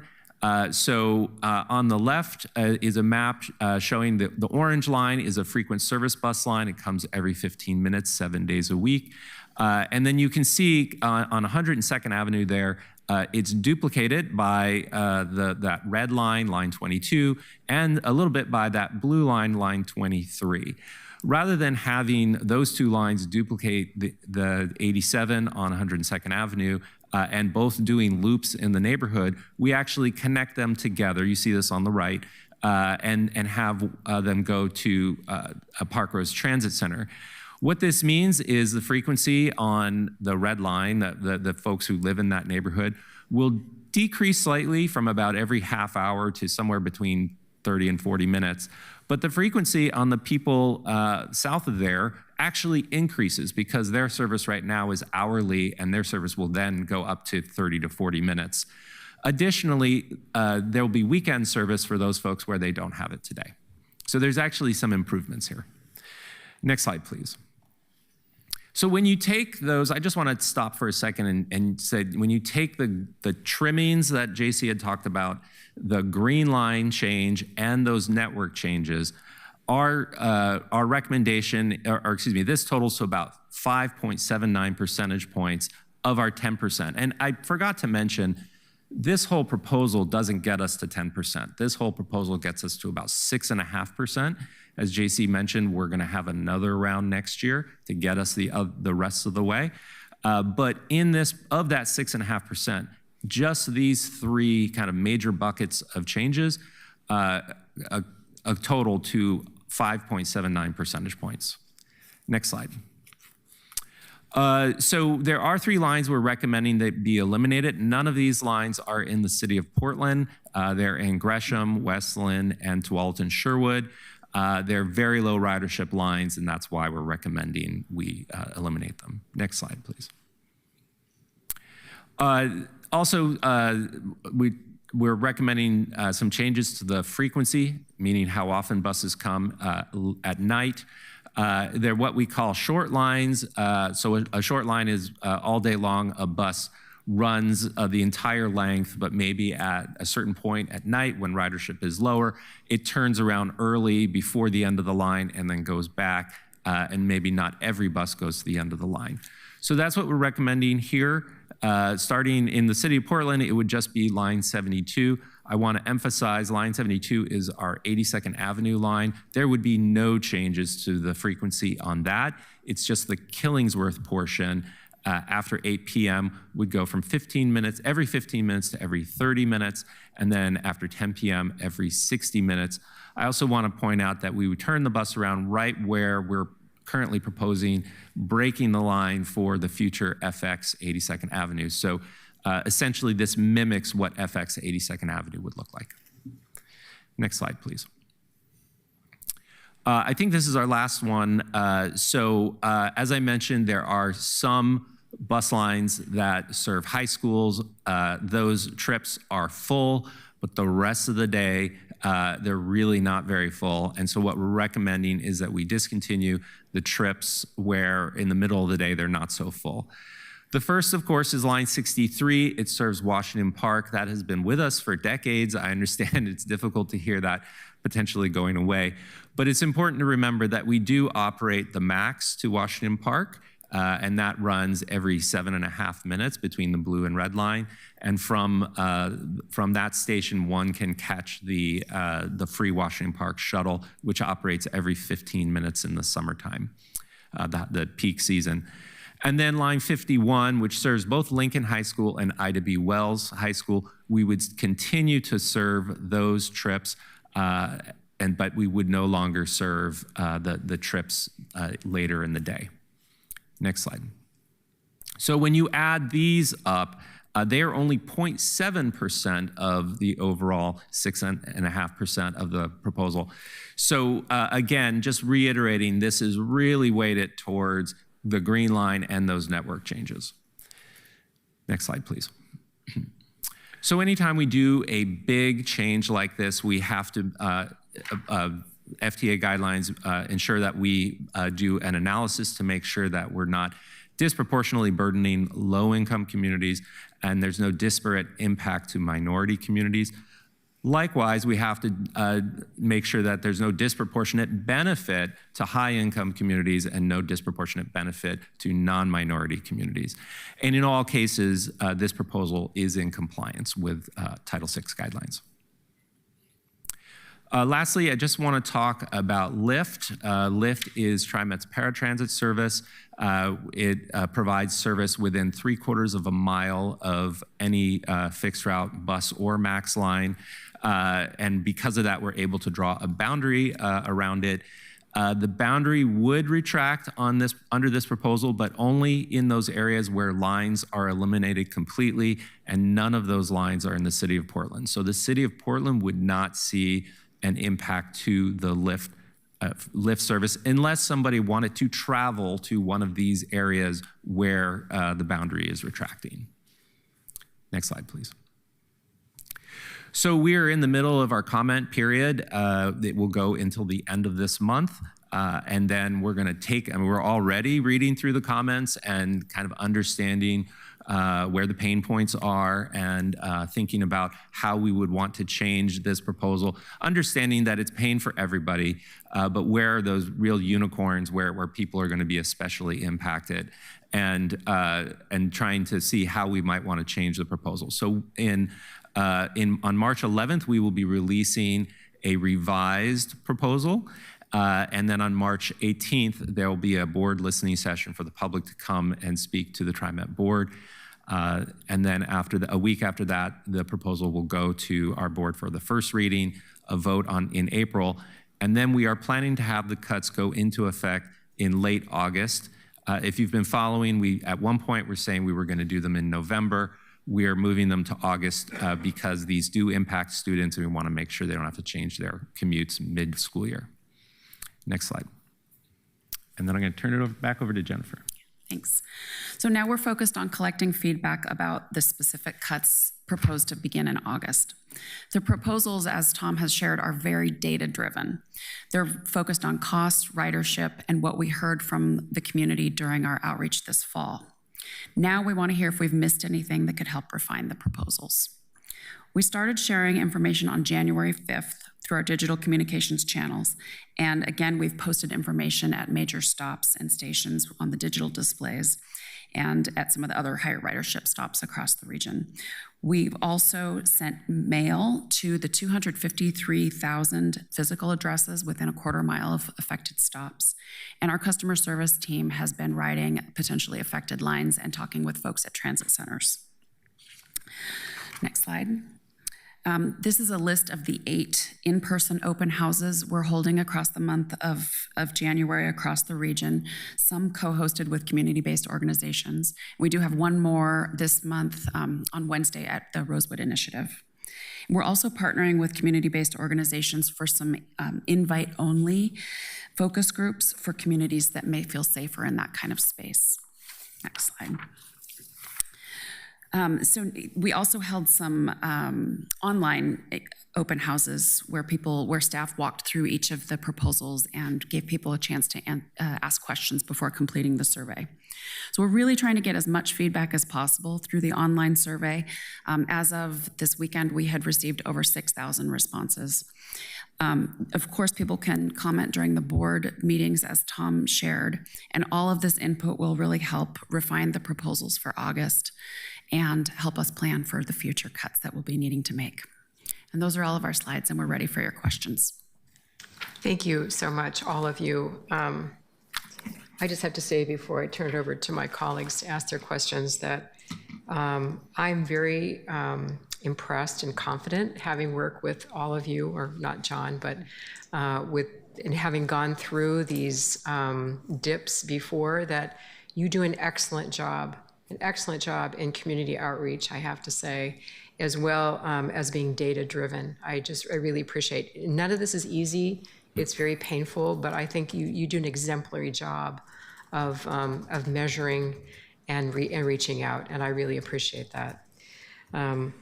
With that, let me ask Councillor Koyama Lane to ask her question or make her comment. First, I want to thank our chair and vice chair for planning these really helpful discussions today. Thank you to the folks from TriMet for being here with us. I really appreciated hearing that TriMet is prioritizing the lines that children rely on to get to and from school. My constituents have been very concerned about TriMet's budget reductions. I also am concerned, especially about the mobility of people in my district. And across the city and region, I want to encourage us to preserve services for our low-income communities. It sounds like you all are thinking about this. Communities of color, children, users with mobility challenges, like older adults, people with disabilities, and caregivers. Specifically, I had a question. I'm wondering if TriMet has identified the lines that have a higher proportion of people who are transit dependent. And if so, is it a priority to preserve services on those lines specifically? You, Tom? Yeah, I'll go ahead and answer that question as best as I can. So we do have something called an equity index where we look at kind of 10 factors for equity. And they tend to, equity aligns pretty well with transit dependency. So those factors would include income, they would include race, they would include older adults, people with disabilities, et cetera. And then by doing that, we can then map where those communities are to give us a sense of where transit dependency largely is. And so, yes, we do that. And of course, we are trying, as mentioned about the service standards or the service planning guidelines, we include equity in our analysis as we make these decisions. Thank you, Tom. Councillor Koyama Lane, do you have another question? Yeah, I have one other question. A little bit of a lower priority since it's about a different agency, but with respect to TriMet lift reductions, can Ride Connection support any of the services that are being cut? or are they also cutting services? Are you able to speak to that at all? Yes. So every 2 years, there's a process that TriMet and Ride Connection, as well as other transit providers around the region, go through where we allocate money to them. I don't have the number in my head, but it's millions of dollars that we transfer over to Ride Connection to help us serve the same community of people. A lot of the money comes from the state through the statewide transportation improvement funds. We don't yet have those, the latest revenue projections on there, but we hope they will at least stay the same as they have been over the last several years. And Councilor Koyama-Lane, I would add that we are looking at the lift reductions and identifying the actual riders that are being affected by the potential cuts, and we are reaching out to them directly to discuss potential alternatives with them. Okay, great. Thank you. That's it for me. Thank you, Councilor Koyama-Lane. Great questions. Councilor Smith. Thank you.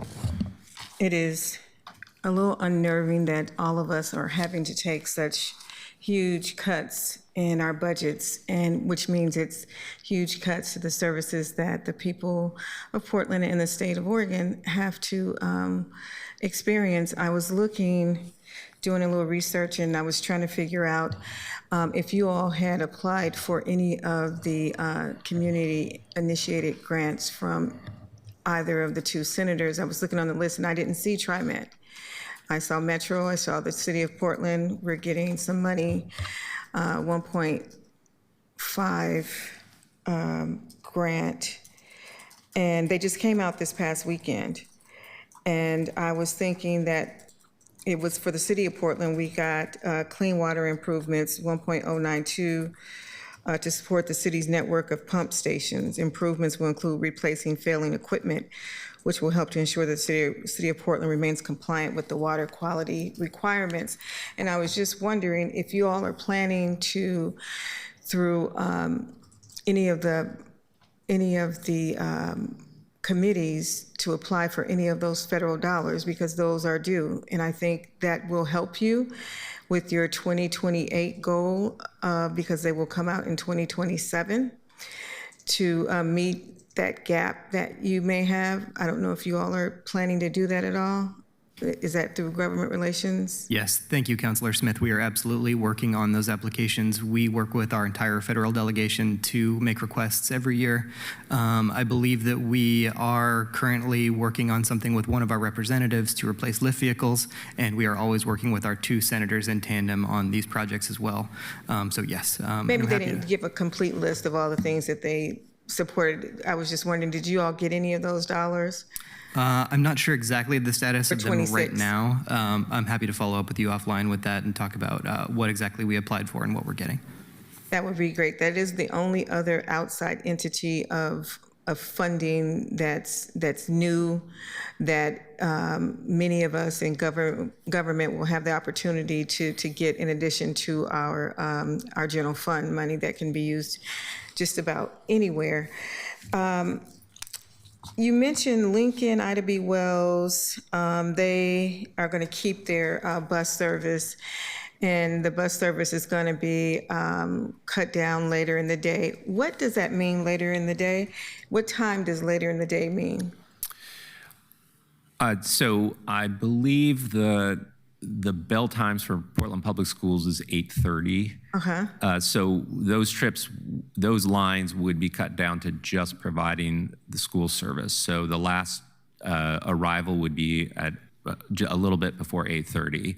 And then we would not run those trips until the school let out, which I believe is But at you'll come 3 back, o'clock. because those kids have to come home. Yes, it's the Okay, midday 'cause I trip. was So like- we would time our lines, and we already do this with some lines where they only really serve school trips, and so they're timed to the bell times in the morning and then the bell time in the afternoon. Okay. I was just trying to figure that out.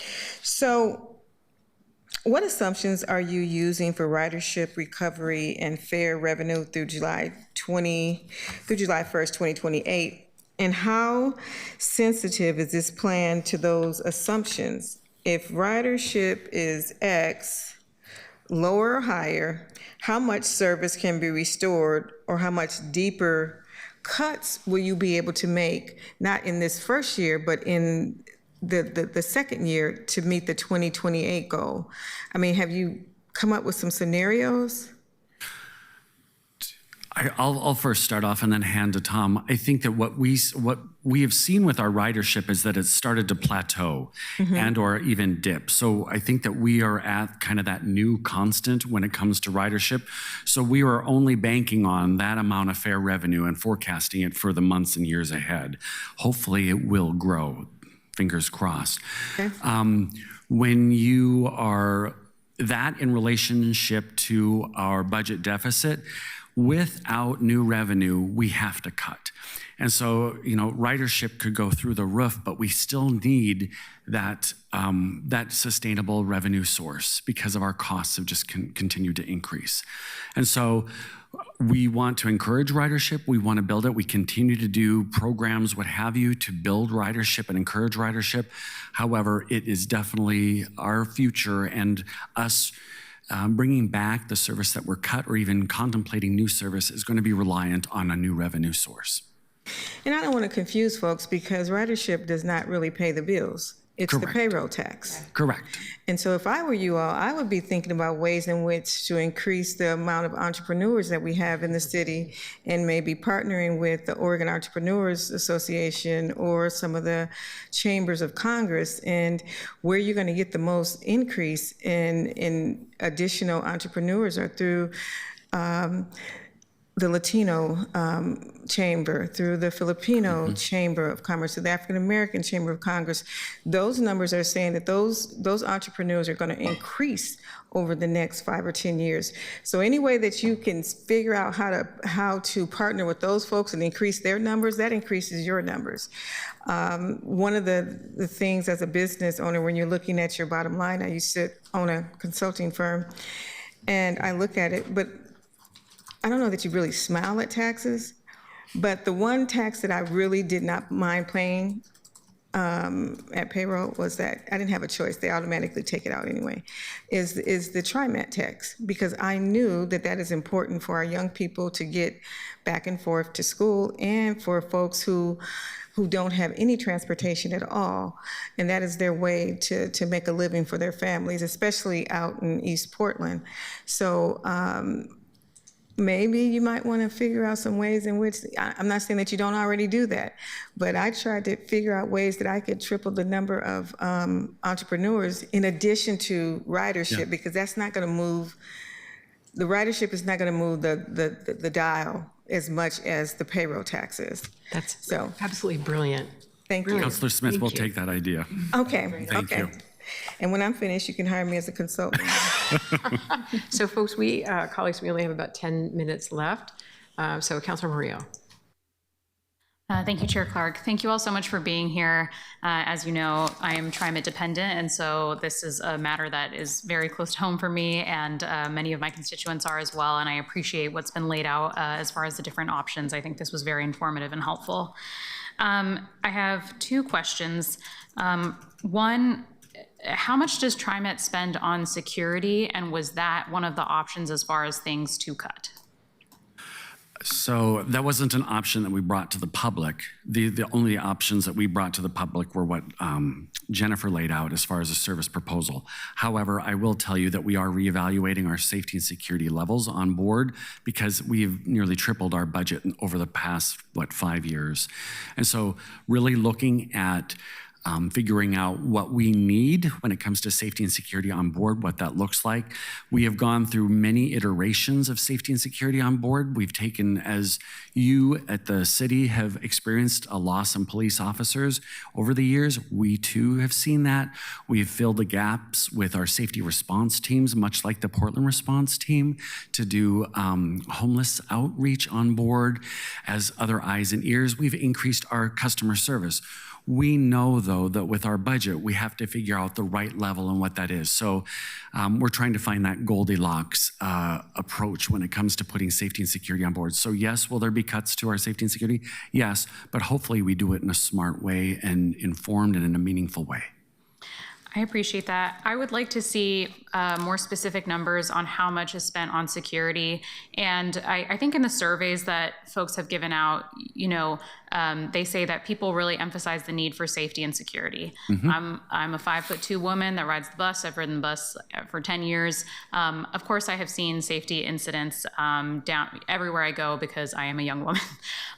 But I also saw in New York City in 2024 when there was incidents of violence on their subways, they sent in the National Guard, they sent in a bunch of police, and then the next day a woman was pushed off the subway into the tracks by her boyfriend. Another shooting happened, and so it doesn't necessarily increase safety to have more and more security available. Those are societal ills that need to be addressed with resources, and that's our responsibility as a city council and as a governing body. But I'm curious what people would say if you had to cut a core line or you had to cut some security, what people would say. I would like to see the answers to that, because I also think that safety happens when the bus is and the max is full and you're surrounded by a lot of people. I think people are less willing to act out. And frankly, I think that there is a broader discussion with Portlanders as far as there is a difference between feeling unsafe and being unsafe. And unhoused people are not inherently more unsafe than a man in a suit.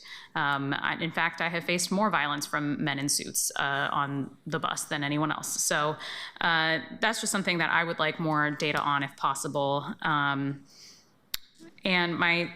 And I think my constituents would be interested in that discussion too. May I address that, Councilor? We hear you, and we have a lot of data that proves exactly what you say as far as people want that perception of safety on board. And we're still, even over the years, it's changed. And we're still continuing to understand that and listen more to our riders, which we do onboard surveys, both spring and fall. So yes, and we're trying to do it, through data.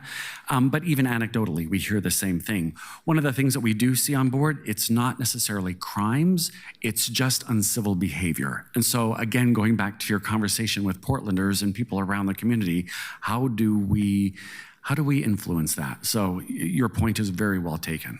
Yeah, thank you. And I look forward to getting the feedback from all the community town halls that you guys are doing on that too.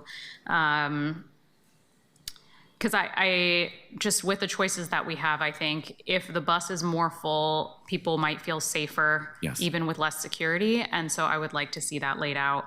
I had other questions about the bus lines that are only going to go to school to get people there and then to get people home. Does that account for like free lunch or free breakfast programs that happen before school? And then like what if a student is in a sports program after school? Does that mean that that bus line is not going to be there like 2 hours after school closes? Because that would definitely deprive students who ride the bus of being able to do after school activities unless they were able to carpool somehow. So to answer your first question about school breakfast programs, and I'm not familiar with when they occur, but typically we operate a couple trips in the morning because there's so many students riding that we can't accommodate them all on one bus. And so there is typically at least one early trip and then one trip that's right before the bell time. As we probably all remember as teenagers ourselves, nobody really likes to get to school early. They want to pack into that last bus right before the bell time. But we do offer a trip earlier. And similarly, at the end of the day, we have more than one trip leaving the school. However, we would not be offering a trip later in the evening for students who have a sports practice or band practice or some other activity. Unfortunately, we would not be offering that. Gotcha. Okay. That's really helpful. Yeah. I think that if there's an earlier bus, that means that kids that use the free school lunch program for breakfast right before class starts would get the assistance they needed. So really appreciate that. And I understand making difficult choices. It sounds like kids are going to have to figure out carpools and stuff like that, which those are the times that we live in. Thank you. Thank you, Councilor. Councilor Green. Thank you, Madam Chair, and I'm mindful of the time here. Thanks for bringing this unpleasant discussion forward, but it is we have to face it.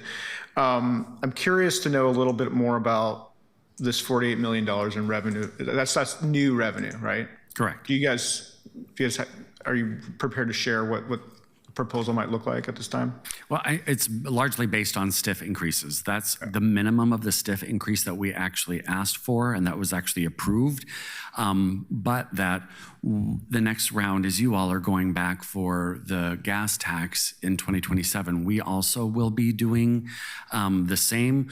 One of the key pieces of legislation that we are working with Salem around is a transit funding task force that we hope will be approved in the 2026 short session to help set us up for a greater success in the longer session in 2027.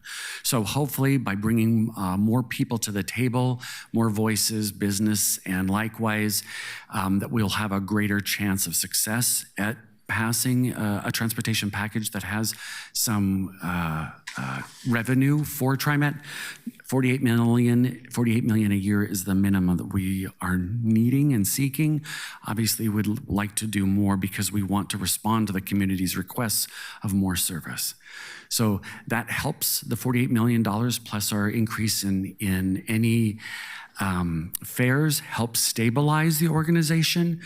And that's what you're really seeing us do right now. Okay, thanks. Well, that's helpful. And then finally, in the last couple of minutes here, you said that 80% of the ridership is really on the frequent service lines. Is that, and the MAX, is that right? That's correct. Okay, so that's about 4 million rides per year, right? So 5 million is about the annual rides? 60 annual is 65 60 million? Yeah, 68 million a year. Okay, I must have got the scales wrong on the, I'm looking at monthly figures now. Okay, on average, 5 million a month.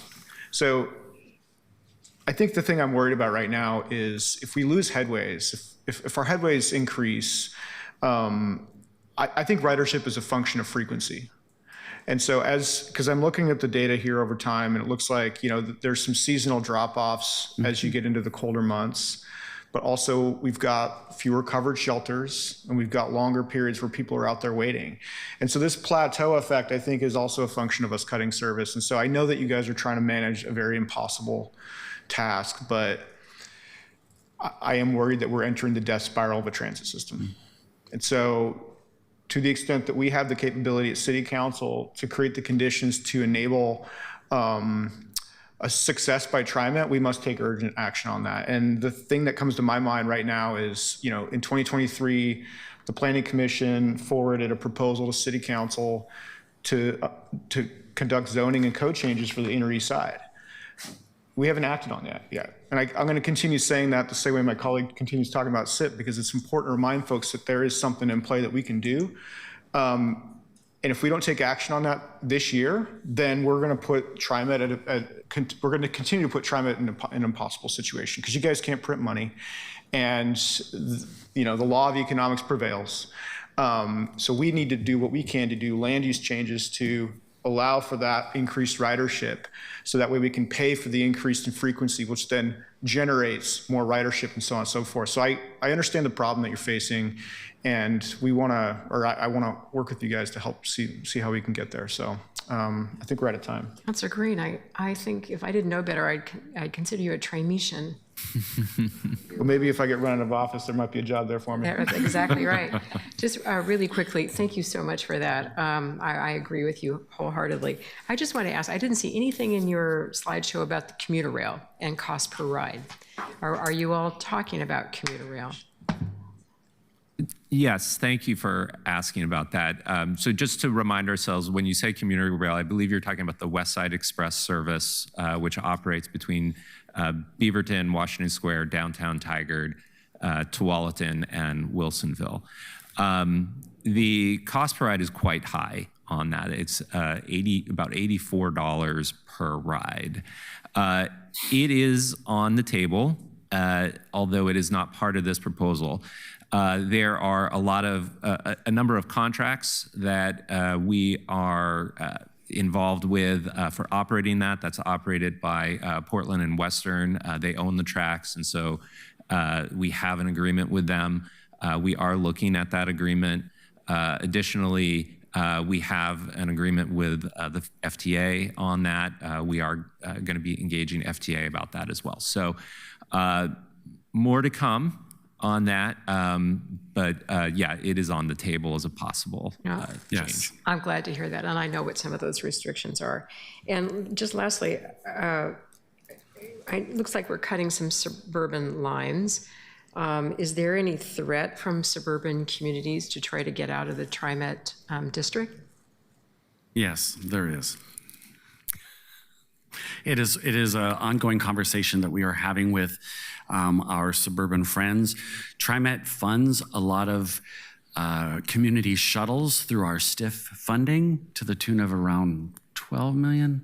$7.5 million per year. $7.5 million a year. So we have been working with them over the years to provide transit service in those areas that may be less dense, maybe have farm-to-market roads. And so it has been difficult. We are in ongoing conversations with them. We need their support in talking to folks in Salem to get more revenue to help, because we want to provide that level of service out there. It's just not cost effective and the ridership isn't there. But we know those areas need to be served. Thank you for that. My vice chair here, Councilor Murillo, is on JPAC, and I'm sure that she can work with some of those suburban communities to keep them on board, to keep them inside the TriMet region. Yeah. Thank you. Right?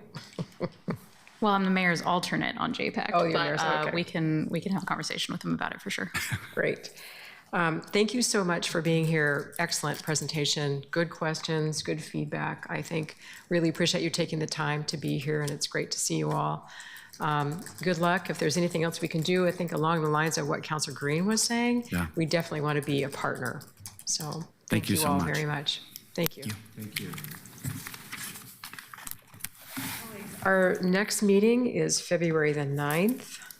And at that meeting, we will have a bridge naming resolution from Councilor Murillo, our very own Brooklyn Bridge. Woo-hoo. And we're also going to have a presentation from the Water Bureau. They'll give us an update on the filtration plant. So with that, I will adjourn the meeting of the Transportation and Infrastructure Committee.